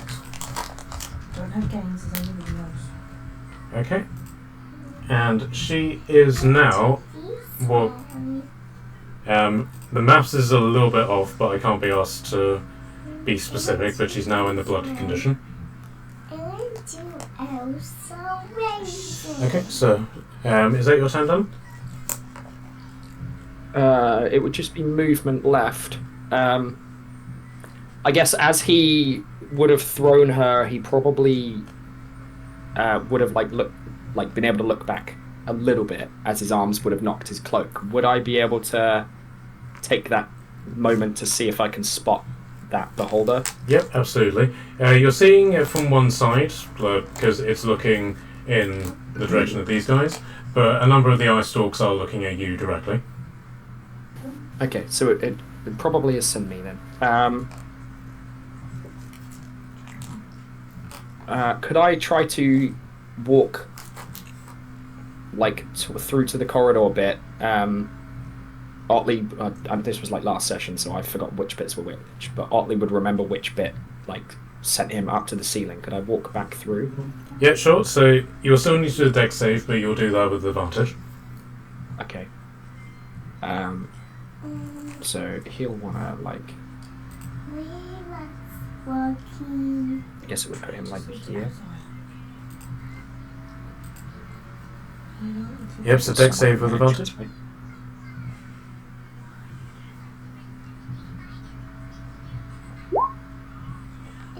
17. Yep, you land pretty much safe and sound. Nice. And now upright again. So that was 15 foot of movement. Would I be able to use the momentum of that as part of a running jump to try and jump and land on the... So you basically will jump into here, get carried by the current, and just land on this wall? Yeah. Yep, sure. Absolutely, you can do that. So that'll just be another 5 feet. No worries. And that leaves me with 10 foot. I'll just use the last bit to just be stood on the rock, and Okay. that'll be my turn. Okay, so you basically walk straight into the gaze of the beholder, and even though you're not necessarily a magical person, you can feel that the magic power that you have is negated while you're in its line of sight. No worries. It's probably quite nice for Hartley, actually, because he's got that arm tattoo that like burns him. So Yeah, so for the Currently- so for the feeling first not time in a painful very now. long time, you're no longer feeling the burning pain of this like mark, and it's like, I'm free. Yeah. Then swap side. And then the beholder blinks and it's like, no, it's back in. Oh, it's gone. Okay, so Torton, you up? Yeah. Have we managed to get the egg out yet, or are we still trying? It's the coffin is now at a 45-degree angle. Okay. But it's basically a case of like trying to pull it down so it's flat. I guess I'm gonna try and jump on the top to flatten it. Okay. So Also, I'm not very heavy, so I don't actually know if it'll make any difference to trying to do that. okay. So But I'm not actually jumping. okay. So we'll put. No wait. I'll do athletics. It's still -1 either way, I think. Okay, so you get 8 to this, so you don't really accomplish anything aside from just like freaking out the guys. And it's like, no, you're jumping on glass, don't touch the glass. Well, somebody else flatten it then. I can't see the beholder from here, can I? No, but you are feeling its effects. Okay, can I see the giant Otley through the corridor? Yes. Well, I'm obviously jumping on the thing and it's not working. Can I shout, Otley, get your butt over here? What, you giant dwarf that shouldn't be giant, get your butt here. Pick up this box. There's a big creature here. Looks angry first. I can't see it, so I don't know. Nobody over said the a wizard wall, had to be intelligent. Okay, so is that your turn? Yeah, I can't really attack. There's nothing for me to attack that I'm aware of, so technically I'm not aware of it. But I'm aware it's around, but I can't see it, so I can't attack it. Okay, so it's now the beholder's turn. So the first thing it's going to do is float over to you, Oddly, and you can see it doesn't seem to be affected by the anti-gravity effects. So the first thing he's going to do is attempt to bite you. And misses, just takes like this almighty at you, but for some reason it misses, and then it's going to fire off its eye beams. Ben will be like the one I fought before. Okay. I'll kick you if it is. Okay. Where's my pen? It's 6, Someone died. 8, 3. Yeah, but you want to go Okay. to bed? So the first You beam know the rules, what did you that say? You know interrupting. the first beam that is fired is Interrupt, you go to bed. okay.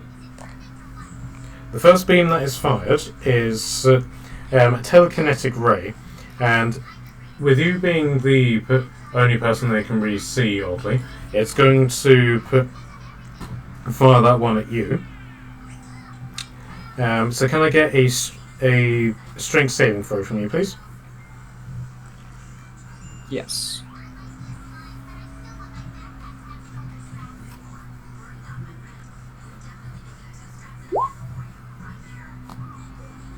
That is a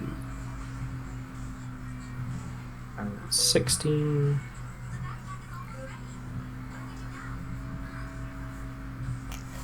$16, did you say? Yeah. Okay, so you actually save that throw, but so you feel like a big tug on your body, but nothing really seems to happen. It's then going to fire a petrification ray at you, but the beam travels through its anti-magic cone and just like fizzles out as it goes along, and then towards the back of its body, it's then going to cast a fear ray, and he's going to fire that directly at you, Onyx. Oh, that's a bit mean. Can I get a wisdom saving throw from you, please? Oh god.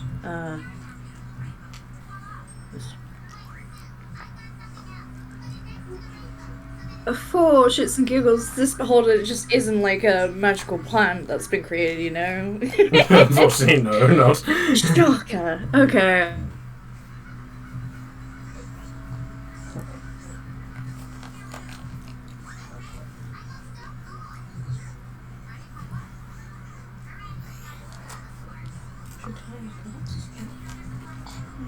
What did you get? 21. Okay, so you succeed on the on this blast, but you get the feeling that if it had hit you, then you would have been frightened by it. So in that regard, that's its turn done. So Onyx, you're now up.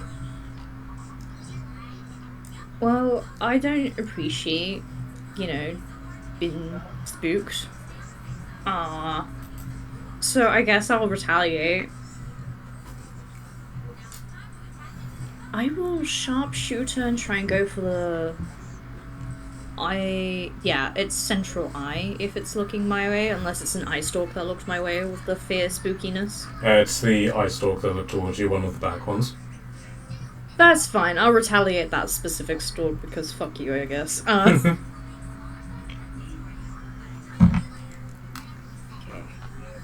Where's my everything?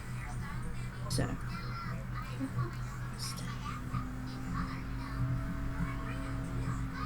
That would be a dirty 20. Okay, yeah, that hits. Nice. Question. Because I know it's like taking away magic from people, would it take away magic from items? Okay, so the beam is specifically Targeting us. going this way. It's targeting the magic users. So as long as the arrow doesn't take a path that goes in between that, then it's fine. Why don't you can you mark that to stay there permanently for a bit? But McKelly, you're generally good at that, aren't you? Can you tell me how you do that? I just came back. I don't know what happened. How do you establish a sort of radius on a token? You go I think I found it. Right, I can't. Yes, it does give you one radius in shape. Okay. It only does circles and squares, unfortunately. Yeah, that does the aura around it. It doesn't do the cone. Oh, you yeah. could draw a If cone you manually. get a different Yeah. colour to the red, Set you one just draw down, that, but you'd have and then to- we can always delete it, just so that we know. Yeah. Could someone draw a picture around that? Well, it would be from the front of his face, not the That's back. just a second. I'm thinking of it. Would that mean that Otley's now reverted back to dwarf size? Oh yeah, that's the point. Is Giant's Might a magic thing? It's a class ability. Okay. So. Yes. Quiet. Okay, so do you all roll damage for the attack, Onyx? Sure do. Thank you. I just thought then we could just move the shape, and at least then we could see who's in it, because technically we're supposed to be in it. What did I miss? Onyx is just shooting at the beholder. As you do. Okay, so just for the record, the cone is 150 feet, but 150 feet would cover the entire map. So, Oh wow. so you don't. So the cone is technically bigger than that, but we wouldn't be able to fit it on the map if we did. We've done it as far as the map needs us required. Yeah. Okay, so how much damage, Onyx? Do you want to hit? What's going on? That is. Oh, I've sharpshooted. Yep. That So will it's be 24 damage, and then another 5 from the flame. Okay, so that's 29 damage. Yeah. Yeah. Okay, so. Okay, and in doing that, you basically get this eye stalk right in the eye. So, and that eye stalk is now disabled. Hell yeah. Okay, second attack. Oh, sharpshooter again, and since Sure. it kind of went okay. Is there another eye stalk that I can see? Yes, there's 10 eye stalks in total. Oh wow. So basically 5 on, but 5 on one side, 5 on the other, and then the bottom 2, which would effectively be if you're sort of going top ones of 1 and 6, etc. So 5 and 10 are the ones that are at the bottom. Ah, okay. And we don't know which one's casting what magic. Not yet, no. Well, we know the So- one that's casting fear because she just killed it. Yep. So far you've had a fear, a Magic. petrification, and a telekinesis Okay. So the anti-magic is just something it's just generating. from its central eye. Right. I won't be able to get central eye because it's not looking this way, which is fine. Bit sad, but I'll just. Well, not necessarily, because but it tried casting a ray on a petrification ray on Otley, and it passed through the anti-magic cone, which then sizzles out. Oh. Oh. Okay. Did I see which eye stalk it came from? Give me a perception check. Hold on, peepers, please work. Perception. That is a 19. Okay, so it came from the side which is currently blocked from you by the beholder, but judging from angles and stuff, it's pretty much the one that's on the other side of the one that you just shot. Oh. Okay. I guess I won't be able to shoot it. It's fine. Next time. You can still shoot the other eye stalks as well. Yeah, I'll do those. So it can't do anything. Okay, so Crazy, attack roll, hopefully. please. I shall sharpshooter, which will make it 18. Yeah, that hits. Ooh, okay. Now for the So you're adding 10 to this one as well? yes. Alright. So 22 piercing, and then another 5 from the fire, so 27 total. Alright. Okay, so you did hit another one of the ice stalks. You didn't quite destroy it, but it is damaged. Better than nothing. Happy with that. Okay. Any movement or anything like that?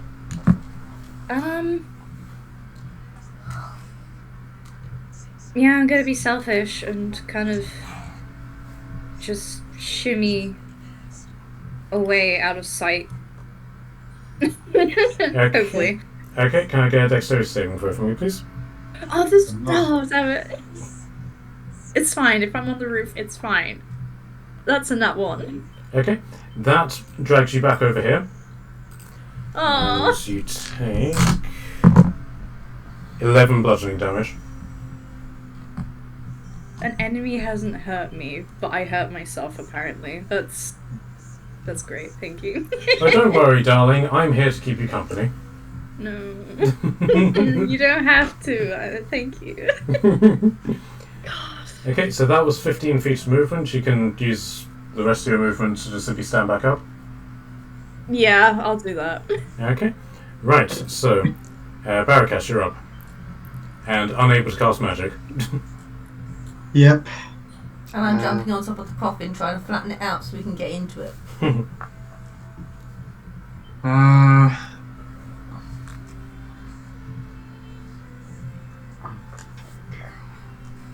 So I've got a pretty good tactic on how to get older and be older, but I need to get out of the cone, which is kind of possible right now.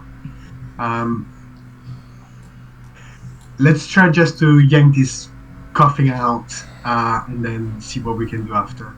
So I guess I'll do another strength check. Alright.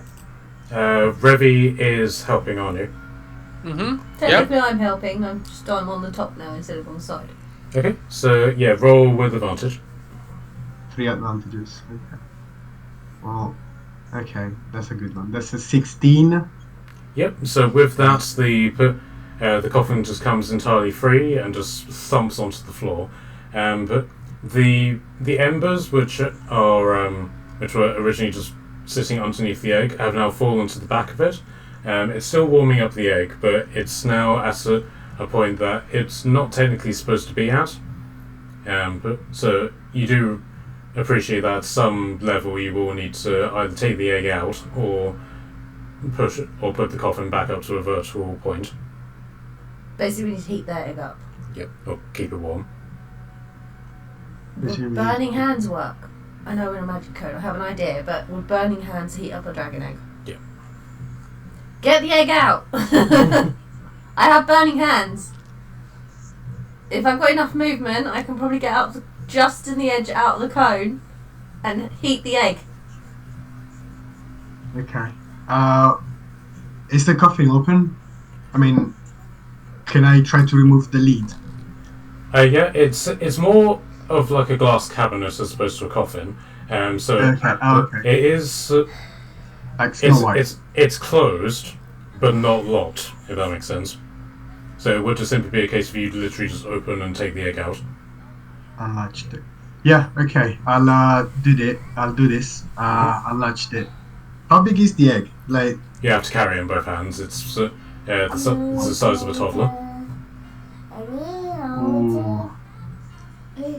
Okay. I have a cape. I'm thinking very rapidly to get the cape, wrap the egg with the embers around the cape, and little bundles, and shove it into the beard. Yeah, sure, you can do that. When I say warm in bed. Does the beard working, although it's under the eye? At this point, you don't know. Well, nothing's dropped out of the floor in front of dirt, so I assume it's working. I know, right? It's just start to drop stuff. Well, I'll start to wrap up everything in the cape with the embers. Okay, so that will need to be your action. That's fine to me. Okay, right. I've also noticed you don't appear to have the blanket that you gave, so let me just quickly see. Blanket? Yeah, the blanket of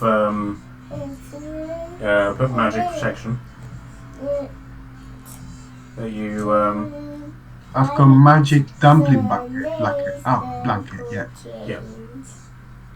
Must have missed it then. But yes, you basically wrap it up in that. And you notice for a moment while you're effectively covering yourself in this blanket as you're getting you ready, that the parts of you that are covered against the beholder's eye, you feel magic in that part of your body again. Then you move it away and it goes. Wait, what about? So, as you're like fiddling with the blanket, and there's a moment where the blanket is in between you and the beholder's gaze. Whilst in that split second, you have your magic again, and then you move it away and it goes. Basically, if we can block its gaze, it doesn't affect us, or is the blanket's doing it? You get the feeling the blanket is doing this, because it's specifically a magic dampening blanket, so it's effectively dampening the beholder's gaze.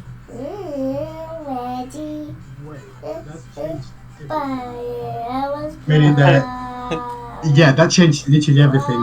Now that I realize that, and I'm fiddling with the blanket, and I feel the magic coming back to me. Can I spell? So can you what? Can I cast a spell if I feel the magic coming back? If I put the blanket at a certain position. You get the feeling that you could, but you would need to articulate it. Like, can I? Of course. Okay, maybe no. Maybe okay. Can I look at the beholder when I've got the blanket in place? Or like he's literally covering my face and I can't see the beholder, and then like the you know what I mean? Yes. So you basically drape yourself in the blanket. You are blinded for this particular iteration, but yes, you do have your magic back. Okay, that doesn't help. Okay, is there anything as your bonus?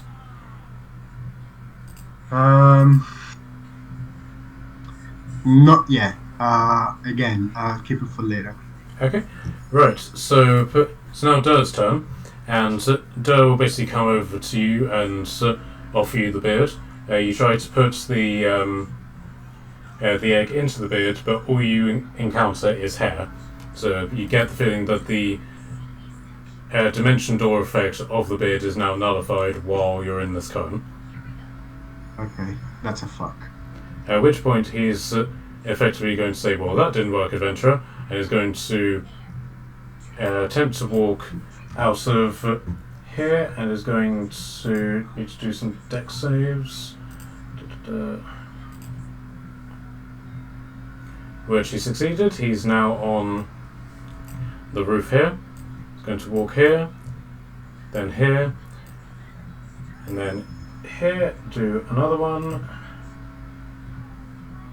and takes 10 falling damage.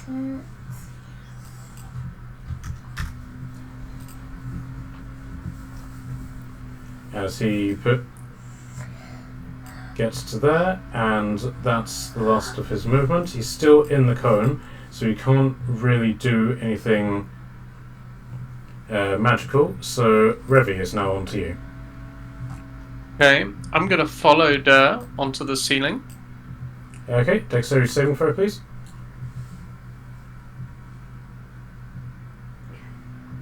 Okay. Yep, 2. Yep, so you land pretty much unscathed. I'm an old hat at this now. And I want to use my dash action. Because I'll use 30-foot movement to get to the tile behind her, and then I want to use some more movement. Okay, so once you get to about here, can I get another dexterity saving throw for you? Okay. Huh. 1 + 2 is 3. Alright. You take 8 falling damage, but you are now back on level ground. So I believe you have 25-foot movement left? Yeah. I guess that does the job, but we'll go. I'm going to back it up. I'm going to go and. Well, I want to be kind of close. I'll go 25 to here, directly south of my Sure. position. Sure, okay. I'm swimming, right? What's You're the depth? but you're wading. It's not Wait. quite enough to stop you, but in terms of difficult terrain, but you are wet, and as you've determined, if electrical damage happens here, you'll be affected by it. Okay. Okay. Everyone heard that, right? Thank And you notice on your journey, this doesn't cause any sort of gravitational effects. Brilliant. And as I pass out of the gaze of the beholder, I feel my magic returning to me. Yes, and one of the eye stalks of the beholder, I'm assuming that's your turn done. Yeah. Okay, one of the eye stalks of the beholder has been following you as you do this, so it's going to fire off a beam at you as one of its legendary actions. But the one that fires is the one that's been shot. So instead of it firing at you, it vibrates a lot and then just explodes as the arrow that Onyx has put into it stops the power from shooting out, and it's going to take some extra damage as a result of that. Amazing. Oh, damn. Okay, so it's taken 7 damage from its Oh, nice dog. its own eye stalk exploding. Fantastic. Okay, so Tortem, you're up. Right, so did Beracast got the egg? Barricas has the egg. He's Yes. wrapped it in the blanket with himself. Yeah, have you just wrapped the egg in the blanket, or are you basically just doing it as you've tied it to yourself as well? Well, it's the egg with the embers. The most possible comfortable position that I can have. Yeah, so basically looking like the hottest dad ever, You're basically just carrying this blanket around with you. With the egg in it. And the fire. So he doesn't need me to hold the egg to keep the egg warm. Yeah, so he's got the embers with him. It's not brilliant. You can tell that the embers are supposed to work in conjunction with the confined space of the coffin. Okay. So it has delayed the need to be warmed up, but you gather it will need to be warmed up fairly soon. Okay, so I assume the best solution is just get out of the cone of magic. Okay, so the magic carpet is now inert. Yeah, I'll just go the way I came. Okay, 1, 2, But I'll just 3, walk. 4, 5, 6. You step out of the cone, and your magic comes back to you, and the carpet just goes and comes back to Well, I'm just going to sit on the life. carpet, Okay. and then basically my intention is to wait. If Barricast comes to me, I can cast Dimension Door to move us back to the entrance. Because I've been there, I can visualise it. Cool. Okay, so it's now Jen's turn. She is. I hope Barricast got that. Yeah, Okay. he did. So Jen is not particularly in a good place right now, having been restrained, dislocated wrist, and tied up. So she is going to attempt to wiggle free of this, despite the fact that she's got multiple iterations of disadvantage on this, and fail both of them. So that's her turn done. So Otley, it's up to you. I will resist the spiteful urge to kick her in the head.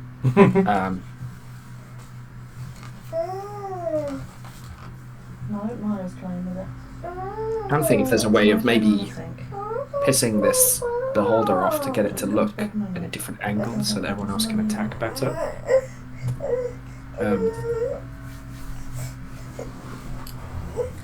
I Just poke it in the Just eye. my pistol. Yeah, I was just thinking, I'm just going to take two... I'm effectively going to poke it in the eye by punching it twice really hard. Right in the eye. Yeah, so it's like one of those punches where like your middle finger is out just a little bit more from your fist, so you're getting more of that sort of like piercing like effect, Yeah. as opposed to just like standard fist. So yeah, can I get your fisting of the beholder, please? Yep, you definitely in feed can have that. That will be... that's not very good. That, I think, was a nat 1 to attack. Yeah, unfortunately that doesn't hit. It was. Indeed, that was a nat 1. Second punch was a 22 to hit. Yeah, the hit. So that would be 9 plus 2 for rage. It's also, I realised this session I've been forgetting to add my giants, my damage, which is a d6. So 9, 12, 14. 14 damage, yeah. Yeah. Magical fist in the eye damage. Okay, so in that regard, it does it does adjust its aim. So it's more.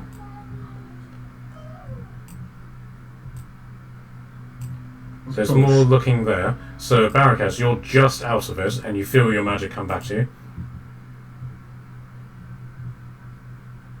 What about Tordrum? Tordrum is in cover behind the wall, but the moment she comes out of it, she will be put in its gaze again. Fuck's sake. Okay, anything else you want to do, Oddly? I don't think I can do anything else. I've only got a bonus action left. I don't think there's anything I can do with that, really. Okay, well, I am going to ask you for an attack of opportunity, because it's realised that it's not in a good position by being right up and close with the barbarian that has punched it, so it's then going to move away from you. Okay, I will take an attack of opportunity.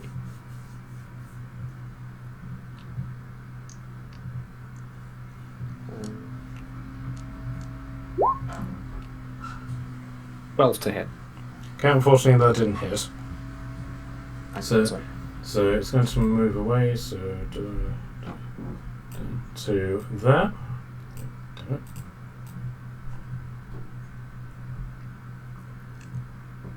Okay, so it's as it's moving away, it's going to fire off its I-beam rays again. So that's 9, 4, and 8. Okay, so the first one that it fires is at you, Audley. So can I get a dexterity saving throw from you?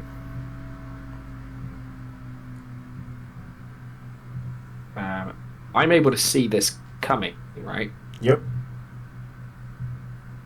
Cool. My barbarian thing means I have advantage. Not that I need it, that's a 20. Okay. Yep. So you Not succeed against a slowing ray, which basically stops you from taking advantages, and your speed would have been halved. So then it's going to fire another beam on its journey over at Revi. So can I get a dexterity saving throw from Revi, and please roll well. 16. Just. Literally just. Good enough. Hell yeah. Okay, so it fires off a beam and it just misses you and basically just hits a rock next to you, and the rock just disintegrates into ash. Oh shit! That's bit indeed. Uh-oh. Literally just see your life pass away. And then on Durr, it's going to do a petrification ray, so he'll do a dexterity save.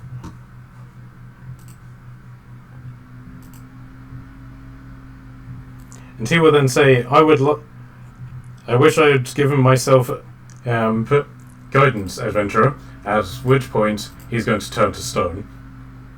Shit. Is it forever? He does get saving throws every turn, otherwise a greater restoration spell will be able to fix him.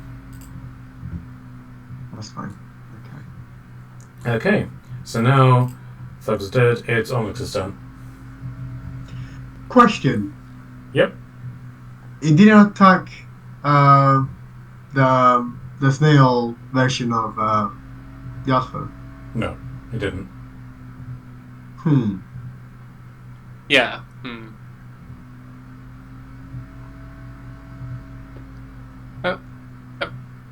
Maybe this isn't the best time to ask in the middle of combat. Have these guys always had markings on their faces? Yes. Yeah. Okay.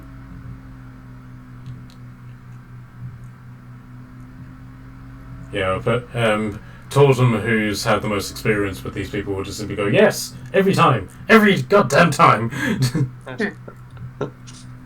Yes, they've seen them as thugs, they've seen them as paladins, they've seen them as zombies, and then separate to thugs, bandits as well, and then as random civilians in public as well. Each of them is marked with a broken heart, a snail, a red mark, and a blue mark. They always come in groups of 4.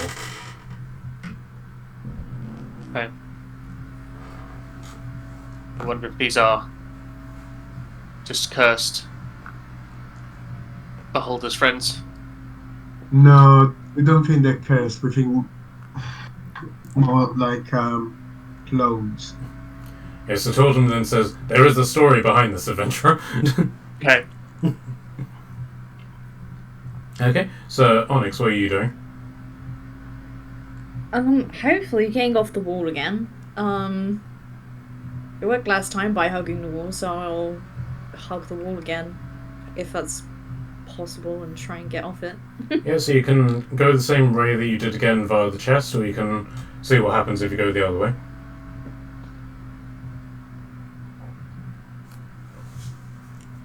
Is the chest been opened? Not yet, no. Well, now that you mention it, I might as well go the chest way, right? Sure. Yeah. Do that. I mean, if you want. Might as well. See if it's got anything useful. Okay. Are you sticking low to the ground again? Yes. Okay. So you get to here and just sort of flop back onto the ground. That was 1, 2, 3, 4, 5. 6 will bring you to here. Thank you.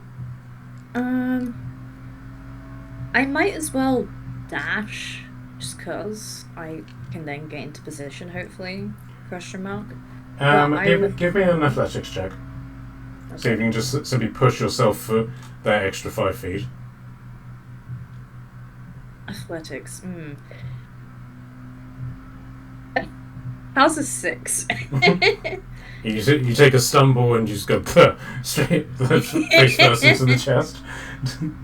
So yes, you will need to dash if you want to get to the other side of it.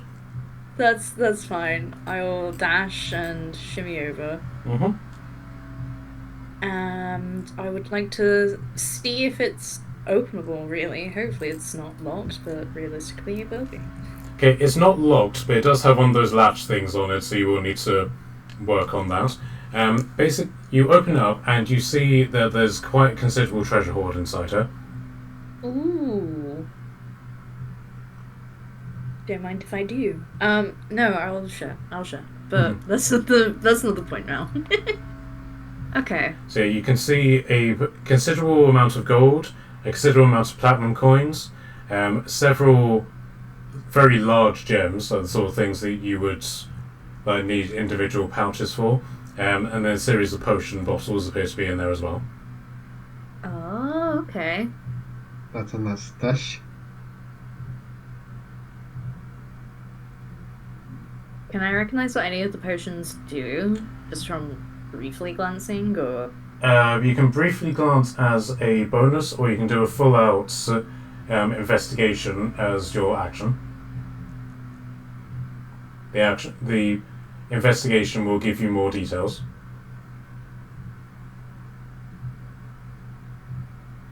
Next turn, I'll shoot some more eyes. I'll investigate in case one of the potions is like, yeah, this is actually a bomb, but we don't talk about that. Okay, so investigation, please.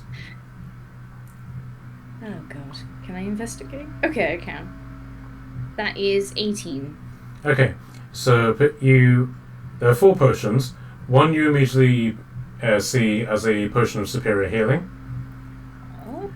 One a potion of giant strength, and then the other you don't recognise, but is luckily labelled a potion of I'm going to mispronounce this, dimulation, which is basically a potion to shrink people. Okay. And then one which appears to be liquid gold, and labelled with a handwritten note, potion of plot armor. Ooh. Plot armor. Yep. What is it? Oh, okay. That's exciting. Okay, nothing useful-ish as of now. In theory. Meh. Okay, so is that your turn? I guess so, yeah. Alright, so Barrakesh, you're up. And you are now out of the phone. Damn. Okay. From where I am right here, do I see the beholder? You can see sort of like the outline of it. Your view is mostly obscured by Otley, but you can see the shape of it and the occasional eye stalks flapping around. Okay, the shape is good enough because I'm gonna cast my only one level 6 mental prison Lovely. Okay. on the builder. It's an intelligence saving throw of 21, Okay. please. Okay. Please. Yep, failed. Yes. So, guys, so that means that the creature is now charmed, and is basically surrounded by these. You can see nothing, and the creature inside can see only flames that comes towards him, and this electric illusion that is trapped in of course, in a mental prison. Mm-hmm. He can see. He can. I mean, he can take action to get out of the thing, but it will take more damages as well. So for now, he takes this 5d10 juicy 32 force damage. 32, did you say? 32, yes. Yeah. And it is in here for a solid minute. Or until he decides to get out. Alright then. And with that takes it way below the threshold for it to be considered being bloodied. Is it dead? Bloodied. Oh. So it's gone below half health. Okay. Okay, that's good. So it means that the ray is not on anymore. Right? Okay. So once, Just keep it so you don't have to do it again after.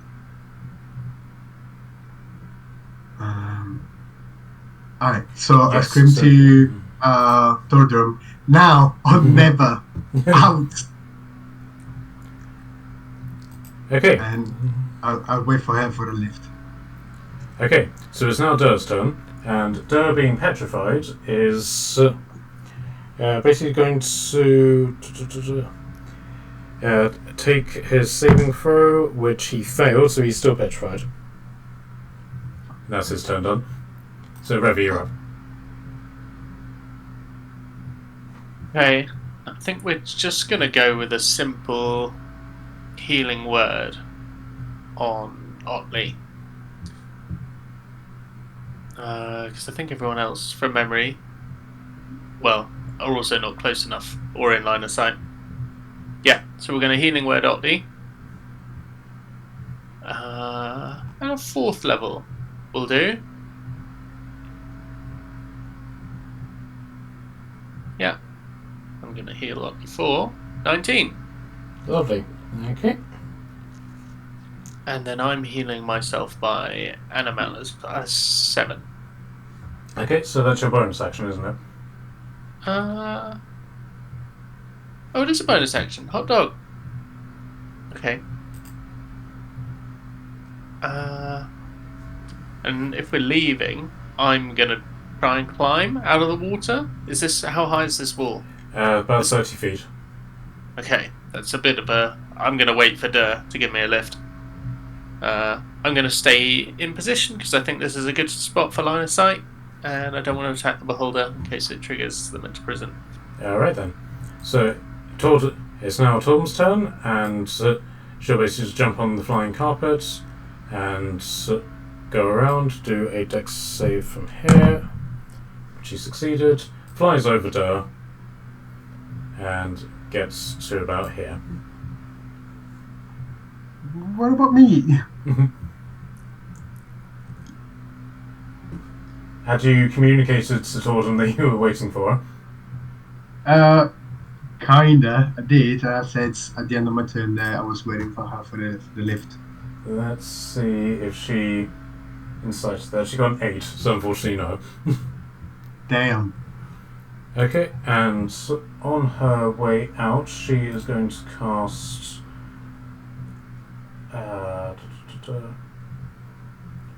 She'll cast Cloud of Daggers on.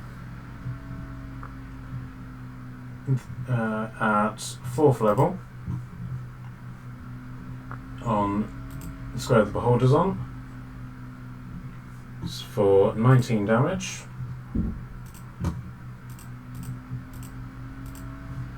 Let's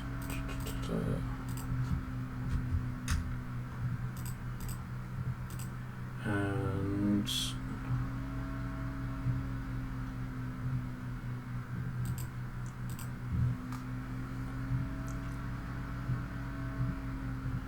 oh, come on. Right, and then that's basically where the Cloud of Daggers is. Okay, so Jen will attempt to shimmy out of the bindings, fail both times. So, Otley, it's your turn. Okay. I don't know if I've got any ranged attacks.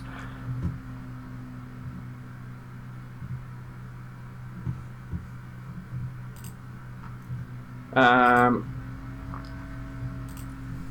will, from here, throw a firebolt at the beholder. Okay.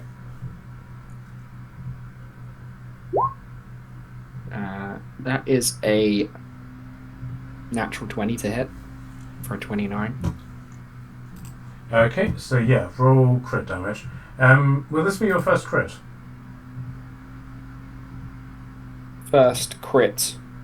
Okay, so so the way that crits are done in this particular game, instead of in the case of Firebolt, it won't really make much difference. But instead of just rolling the dice, you basically double. You roll the dice once, and then whatever that is, you double it. Oh, so you're just doubling the whole damage overall? Yeah. Oh, okay. Modifiers included, rolled it with, but in the case of Firebolt, it doesn't really make much difference.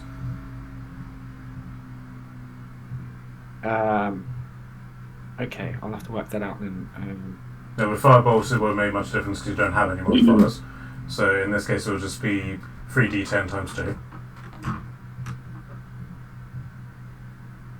Yeah. Okay, so 5 of 5 and a 1, so 11 doubled is 22. Fantastic. Okay. That sucks. I rolled on D&D Beyond, and it said the crit damage was 22, and the normal damage was 11, so I could have done more, but my normal damage was pretty low. So that's, yeah, 22 fire damage. I don't think Rage only works with melee, I think. In the case of Rage, I will dip into the 2024 rulebook so that it does affect all weapon attacks. Yeah, it's not a weapon attack, though, it's a spell. Oh, right. So I thought you were talking about your second action.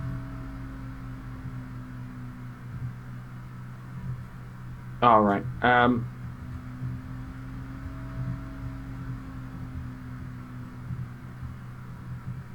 Well, I don't want to leave wriggling lady to try and get out, so I'm going to stay by her. So can I maybe fire a second shot at it?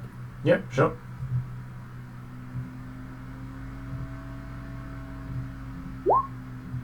That'll be a 15 to hit for 18 damage. Unfortunately, that doesn't hit. Okay. Okay, anything further you want to do?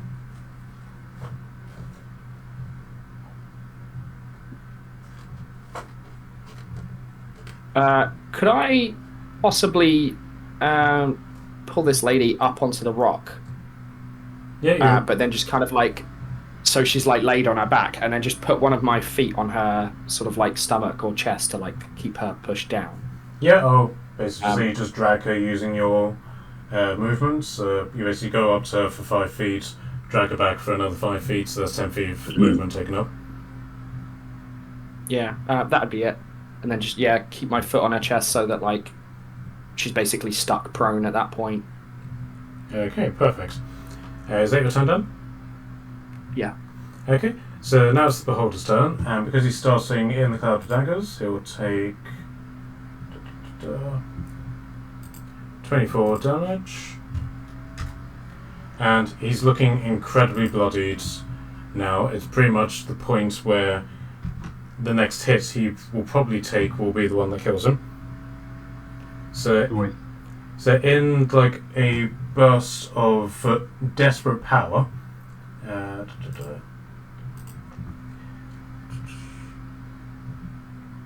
he's basically just going to fire blindly with his ice stalks. So Okay, better than nothing. given that he's can't see past the prison. Okay, so he's going to fire the first one at Otley. So you basically, can I get a dexterity saving throw with advantage? You may. It's an 18. Yeah, so you save yourself from that, and that one was the death ray. And then the next one will be. Next one will be a telekinetic ray, but that one will just go flying into the wall, and then. Are those one classified as attack rolls? Sorry? Are those one classified as attack rolls? Unfortunately not. All of these are just saving throws on the path of the person that's getting shot by them. So, hence why people are getting advantage on shots, because you can't see where he's actually shooting. And then the last one, does he... I mean, in this instance I am seeing if he is actually hitting. But the last one, which was disintegration ray, just goes straight into this rock, which causes it to disintegrate into ash. But other than that, it's now it's used up all of its ice block turns. Can it actually leave this area, or is it still stuck in there? You are restrained. You cannot move. Right. Okay. But you can touch the prison, and if you touch it, you get damage and the spell ends. Right. Okay. Okay, so that's its turn. Onyx, you're up. Okay.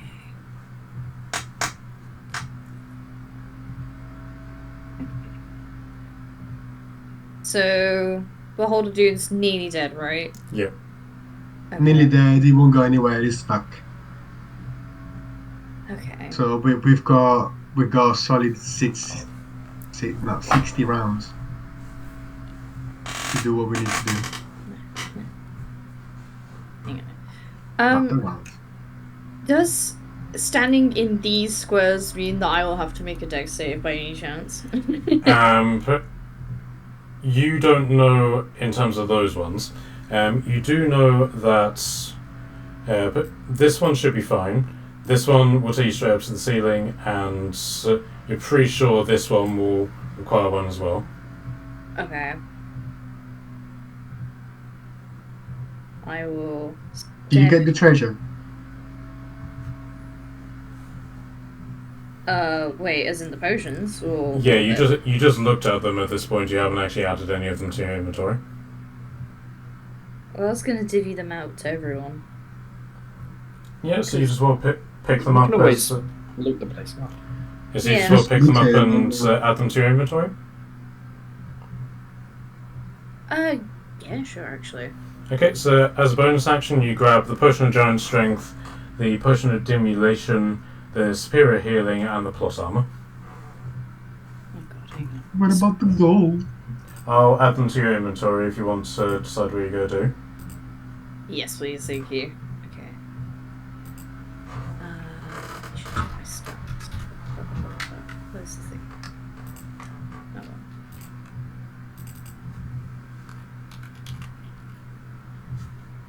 How wise is a beholder?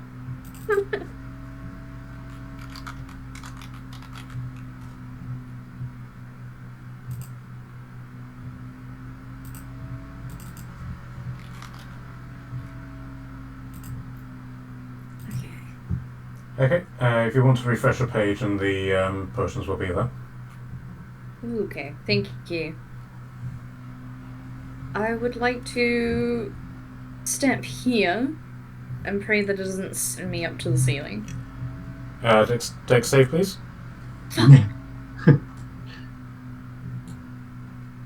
That is... oh god. 23. Okay. It doesn't take you to the ceiling, it drags you here. Do you land without any consequence? Okay, that's fine. I don't mind that. Better than going back to policeman Frank. No offense to the guy. I'm delightful to be nearby, darling. I take full offence. In the Got to middle pick up of that the other fight. Oh god, yeah, the other sword. I'll come back for it. I'll go back for it. It's currently I mean, I'm embedded in on- the ceiling. We can loot soon. Yeah. When we're more done, there'll be less urgency. Did we establish if projectiles got affected by the magic swirliness? Yes, they do. Okay, I don't want to fire then and then it accidentally, shooting the teammate. Okay.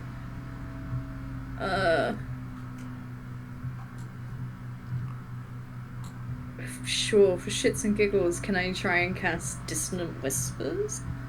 Yeah, of course. It's but thing is, the anti-magic is down because it's trapped inside its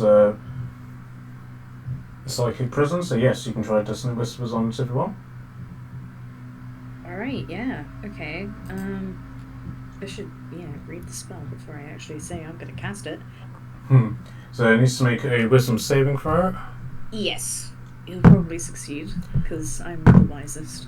It has disadvantage, but just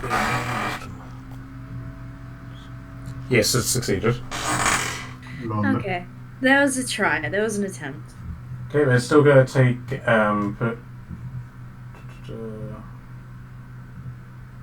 it still takes half the damage.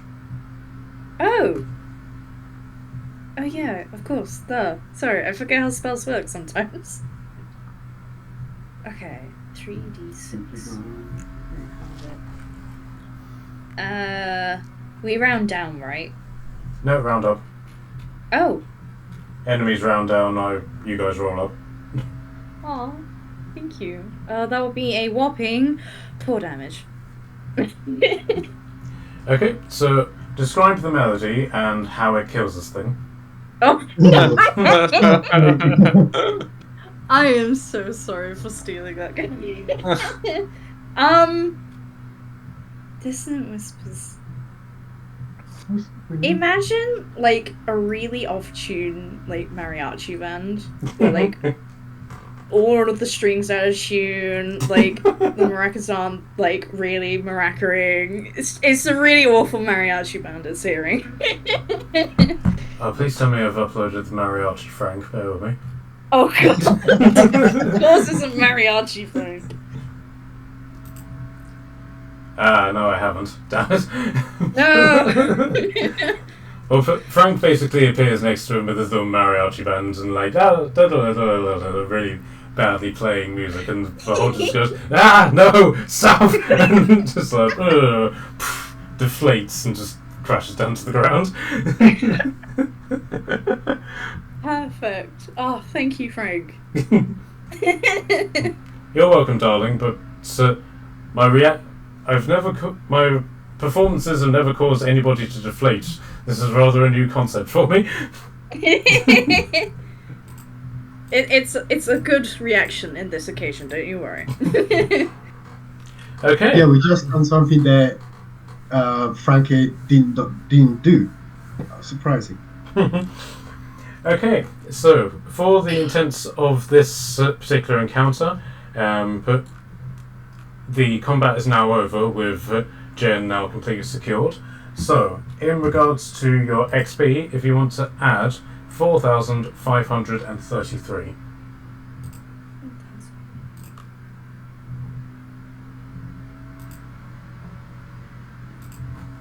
Ooh, we're getting close. Ah. How damn.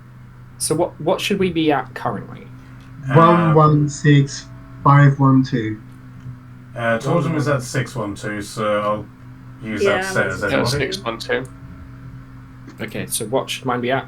Because I think mine was set to level 13 by accident. Yes, And we dropped it down, so it's defaulted to 100k. Okay, I'll set it as the number it needs to be. Bear with me. Okay. Yeah, that's alright. I was just gonna set, but I didn't know what number. I'll let you do it and I'll refresh. Okay.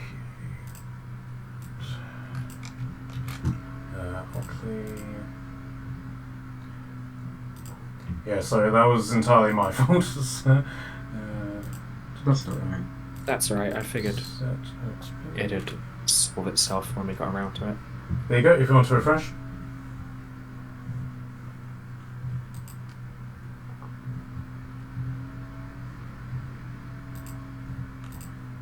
Okay, so as this beholder dies, but you can see the form of the beholder suddenly gets darker and darker and darker, and then that darkness separates from the beholder, and then just shoots out of the cave. And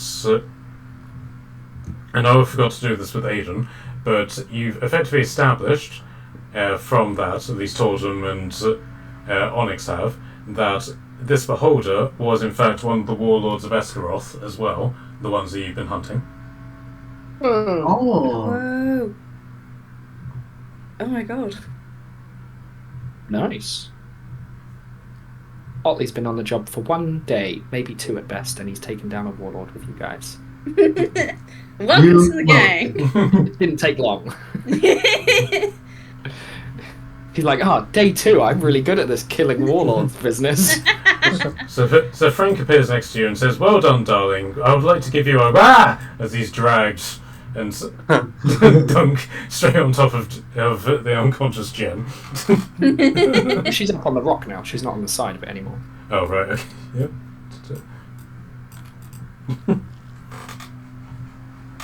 Okay, so in this immediate quiet, what would you like to do? We've worked out enough of like the physics in the first area to know how to like get back without being like thrown the wrong way, right? Yes, so I'll say just for the sake of brevity that you've mapped out in your head, and now you're able to maneuver as would need be. Okay. So in regards to getting up the waterfall, you would effectively go onto this one, be catapulted up into the ceiling, and then walk along the ceiling, and then drop down to here. Okay. Otley would kind of take a minute to work out where he's got to go to like mentally map his path back, and then he will pick up the restrained captive and begin that route while the others are doing what they're doing. Okay, so you just hear this like muffled coming from Durr, who is still searching. Oh. Still petrified. I guess I should cast Greater Restoration on him. Give him a pat. He can still see me with his eyes, right? Yes, you can see. But he is completely stone, but it's more a case of he's been encased in stone, so you can still see sort of glow of his eyes, just like looking around, and as you approach, they lock onto you. So you cast Greater Restoration on him, and he just like pops out of the stone and says, "Thank you, adventurer." Oh, I still going? You were? I owed you one anyway. Very well, adventurer. I cast guidance on you. Thanks. Okay, so Tordum is going to just like use the carpet to fly up here with the egg. Does anybody want to do the loot, as it were? Yeah, but we need. Well, we need with the beard and space. And So, do we slot that egg into his beard as well? Tordum's now got it on the magic carpet with her. Okay. So, and she's basically flown up there with Otley. She basically just goes over here and just puts the egg amongst all the flaming sleeping bags that Barrack has left. Alright, so there's the swords that we have to pick up. There's the chest full of gold. There's the shroom. We do not need to forget the shroom. Yeah, the shrooms and the crystals and the treasure chest. And then Yes. the body of the beholder if you want to. The bodies of the thugs and the beholders if you want to loot them. Oh, 100%. Eye by eye. That come with me.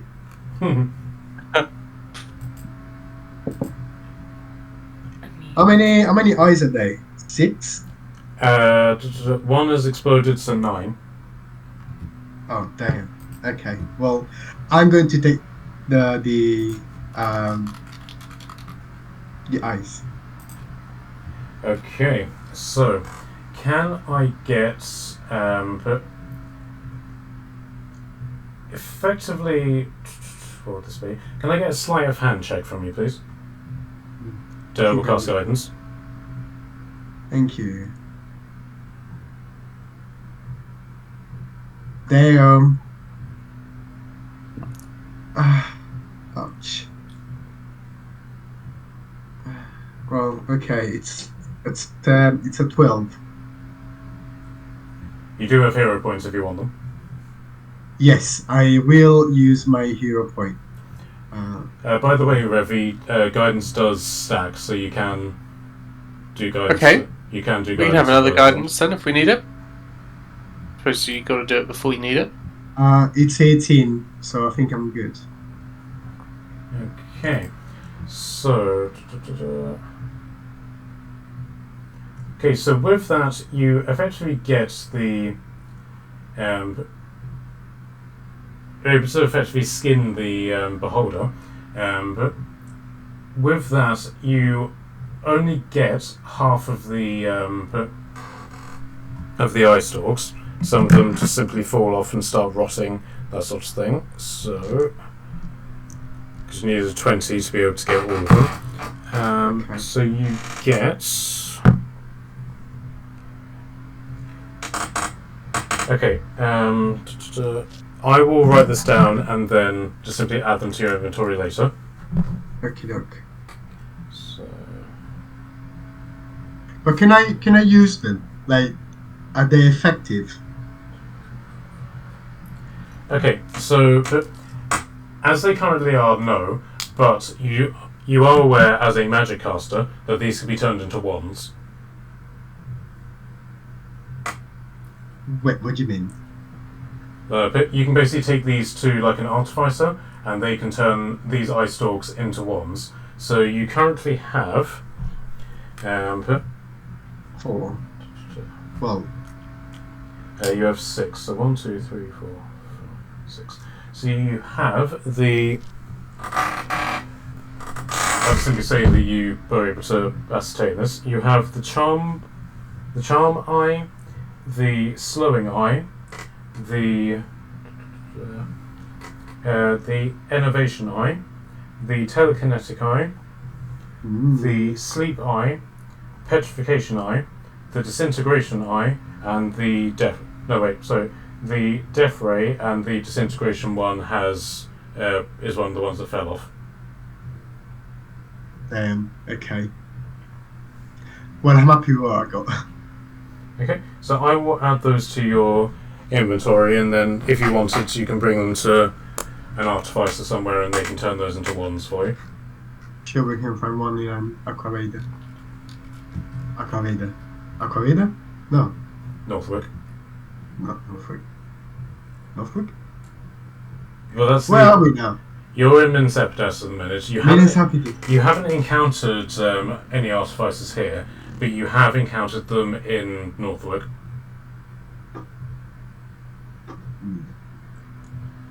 You're pretty sure that you probably could find an artificer of some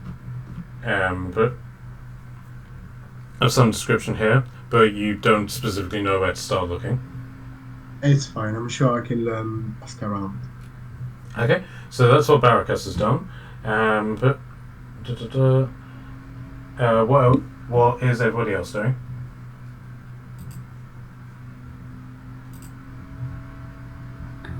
Can I try and get the sword that's up in the ceiling, please?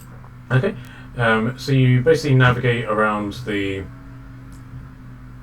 point. You're able to basically maneuver your way back to here, basically taking the routes going all the way around the point, jumping over the chest, and basically getting onto the spot where the sword is and being dragged up to the ceiling. Can I get a strength check to see if you can pull it out of the rock? Oh god. I am definitely known for my strength. Oh no.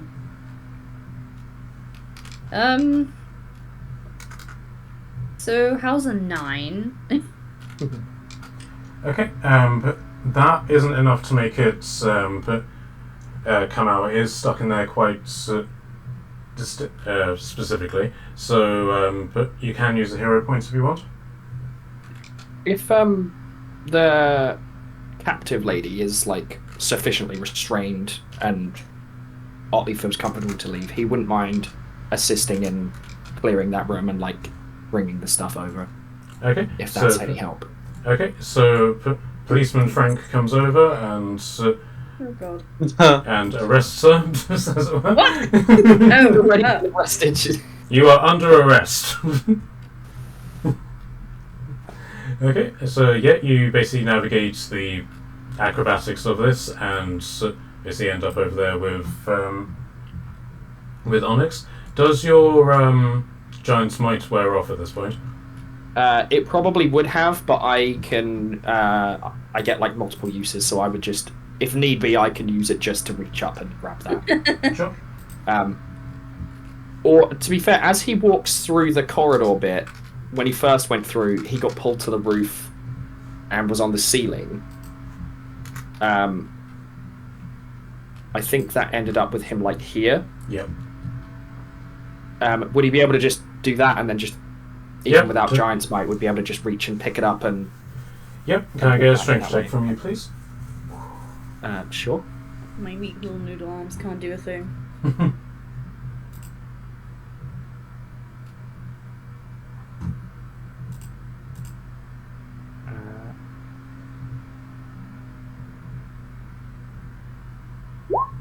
That is a 28. Okay, so yeah, you're able to pull the adamantium blade out, and it comes out in a single cut, as it were, like completely dead straight. And you can see that the cut that it's done in the rock is perfect. It's literally the size of the stone. It hasn't cracked the stone or anything. It's just literally just made a hole in it. Oh wow. So, do you want to add it to your inventory, or do you want to give it to someone? He will just hand it to Onyx. Okay. So, Onyx, if you want to add another adamantium blade to your inventory. The honed one, wasn't it? Yeah. Where is it? Yes. Yay. Thank you. Okay, so that's Barakas, Otley, and Onyx. Revi, you've saved dirt, so what are you doing after that? I'm not sure there's much else for me to do. So I'd look to Durr to give me a lift out of this pool, assuming that we're going to be leaving the same way that we came in. Okay, so Durr will use his final wild shape and turn into a water elemental, and basically just swim you up the waterfall and up to here, where you can see Frank is effectively teabagging the tied up Jen.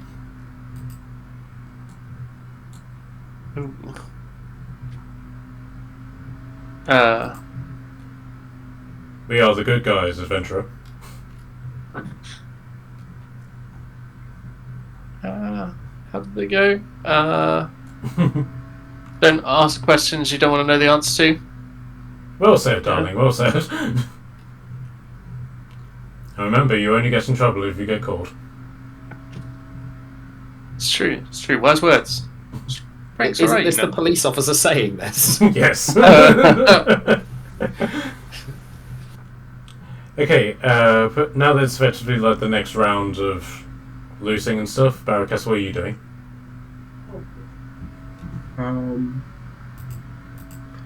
What happened to the...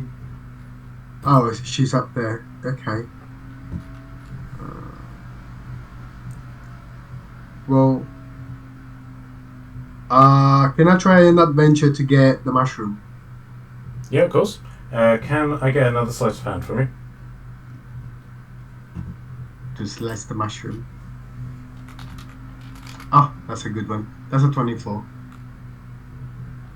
Okay, so you've successfully harvested like a big chunk of these glowing mushrooms. I'll allow you an Arcana check to try and work out what these are. I do not think so. That is a 7. Well, let me add a D4. Well, that's an 8.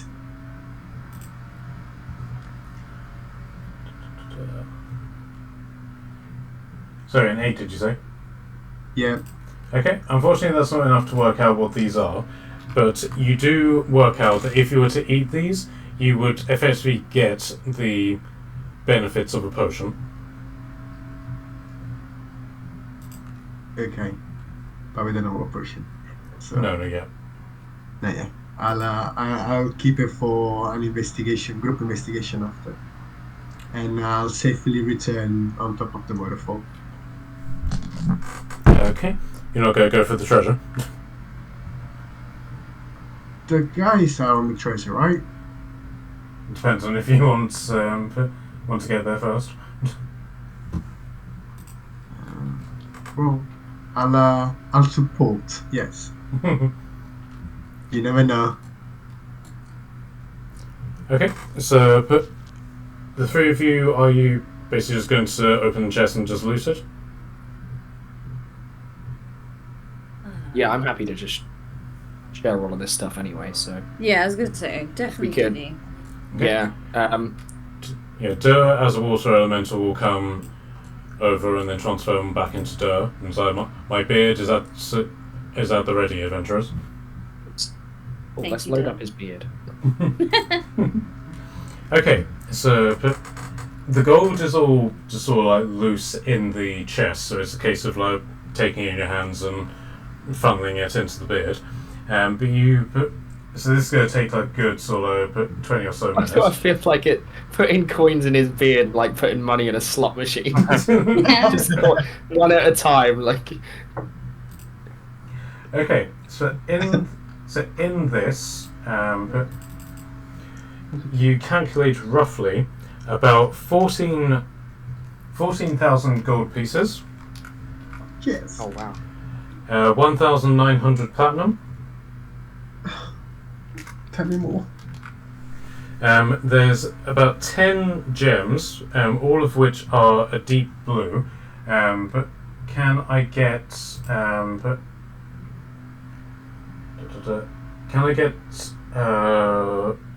insight from someone to try and work out how much these are worth?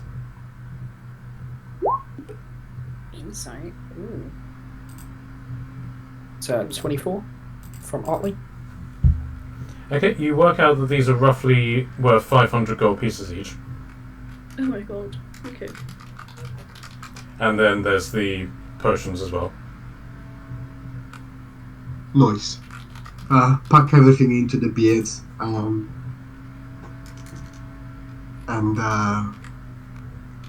we can either equally share it, or we just keep it up in a pouch and just use it whenever we need it. Either works for me. I don't mind. Yeah. We also have a bank. Oh my god, yeah. True. I forget Yeah. banks exist.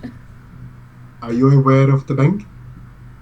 I have been told about it. I feel like we should probably use it. Okay. And also on that point, whenever you put deposits of money into the bank, they also they were very glad of that because there is currently a gold shortage. Yes, indeed. Yeah, we can. Well, because it's apparently in caves like this, so yeah. A hold of warlords have been stealing them. So yeah, so Onyx, in your inventory you now have the potion of giant strength, the demulation, the superior healing, and the potion of plot armor. Ah, yeah. Giant strength is useful for strengthness, yes. I So I think feel like Strong Boy Yes. should have that. yeah, Strong Boy is already strong. Would I be able to identify what kind of giant strength it is? Let me see.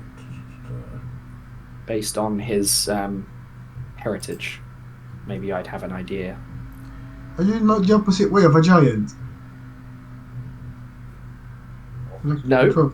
Sorry, what was that? It's the opposite way of a giant. Joking Sure. that I'm I said it's because of my heritage, and he's like, "Oh, yeah, but you're a dwarf, basically." So, Okay, in this particular instance, it is a frost giant's potion. okay, that one actually could be handy.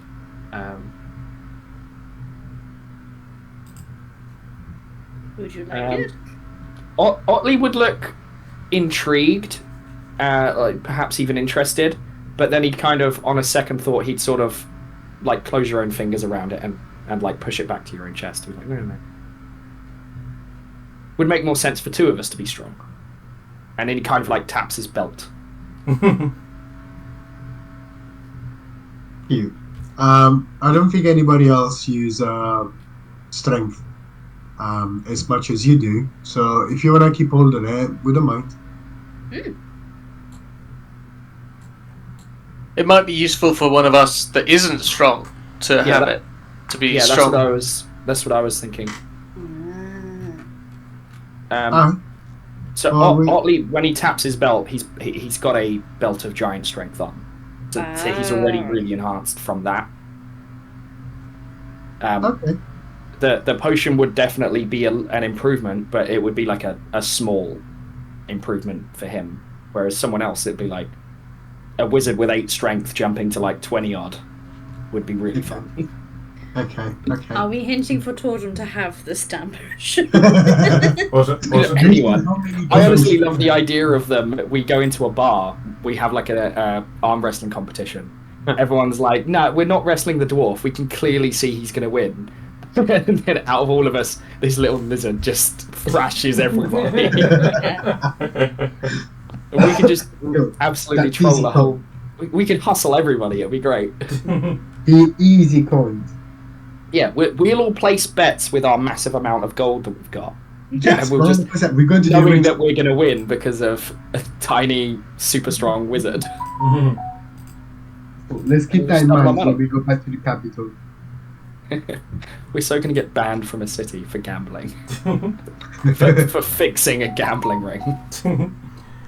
And then there's the potion of plot armor, which effectively gives you legendary resistance. Oh, damn. That's good. Yeah, I will put that in the beard of holding, or unless someone calls dipsies, because, like, I'm just a person with a bow at the end of the day. Like, you guys take the brunt of everything. I have taken only a smidge of damage from myself. Okay, I mean, so the potion of plot armor is now in the beard, so I'll take it out of your inventory. Thank you. Yeah, that'd be worth saving for, like, a big fight. Yeah. Yeah, not gravity caves. Yeah. I mean, I think Otley took the most damage out of that whole thing. And I still have a lot left. Yeah, Torden didn't take any damage, Barrowcast didn't take any damage, Onyx took some. Dur is at 69 out of 112. Nice. That might be intentional. Especially with me around, darling. I mean, Otley's max is close to 200 currently. I'm at just under 150 hit points. I think I hurt myself the most by just falling upwards. Okay, so with that now resolved, how are people off for time? Yeah, I think I have to shoot, otherwise my husband is gonna kill me. Alright, so I'll put you guys outside of the cave, and we can then just take it from there once we reconvene next time. Yeah. Would we have been able to extract like all the mushrooms and crystals and things at all? Yeah, I'll say you basically just take an hour. Some of you take short rest, others harvest, and I'll put various crystals and mushrooms in your inventory depending on what your rolls are. Perfect. All right then. Are we all good to meet next week? Yeah. I'm not going to be around next week. Okay. Oh yeah, he's in Italy. Yes, you're in Pompeii, aren't you? In Napoli, but yeah. I'll be flying back at that time, I imagine. All right then. But it's depending on if anybody else is going to be unavailable, then we'll figure out what we're doing. Okay, look. All right then. Well done, guys. Yeah, thank you for the Thank you. session. That was Yeah, thank you, it was fun. So good. I was only slightly worried when the beholder came out. Same. I was at first. Well, Yeah, don't but worry. next time we do need a challenging fight. One of those that put us in a corner. Like, I'm demanding it. Yeah. Don't I worry. was a bit nervous with the swords as soon as it, like, oh, this is, she's got these two really powerful swords. And, like, whenever she hits you, she crits. And I was like, oh, I'm so dead. Like, 1v1ing her right now. I And then will- it was like, with 4 attacks, 2 hit, all the damage calculated, and then rage halving it. And I was like, oh, that's not so bad. I'm fine. Well, don't worry. There's more to come.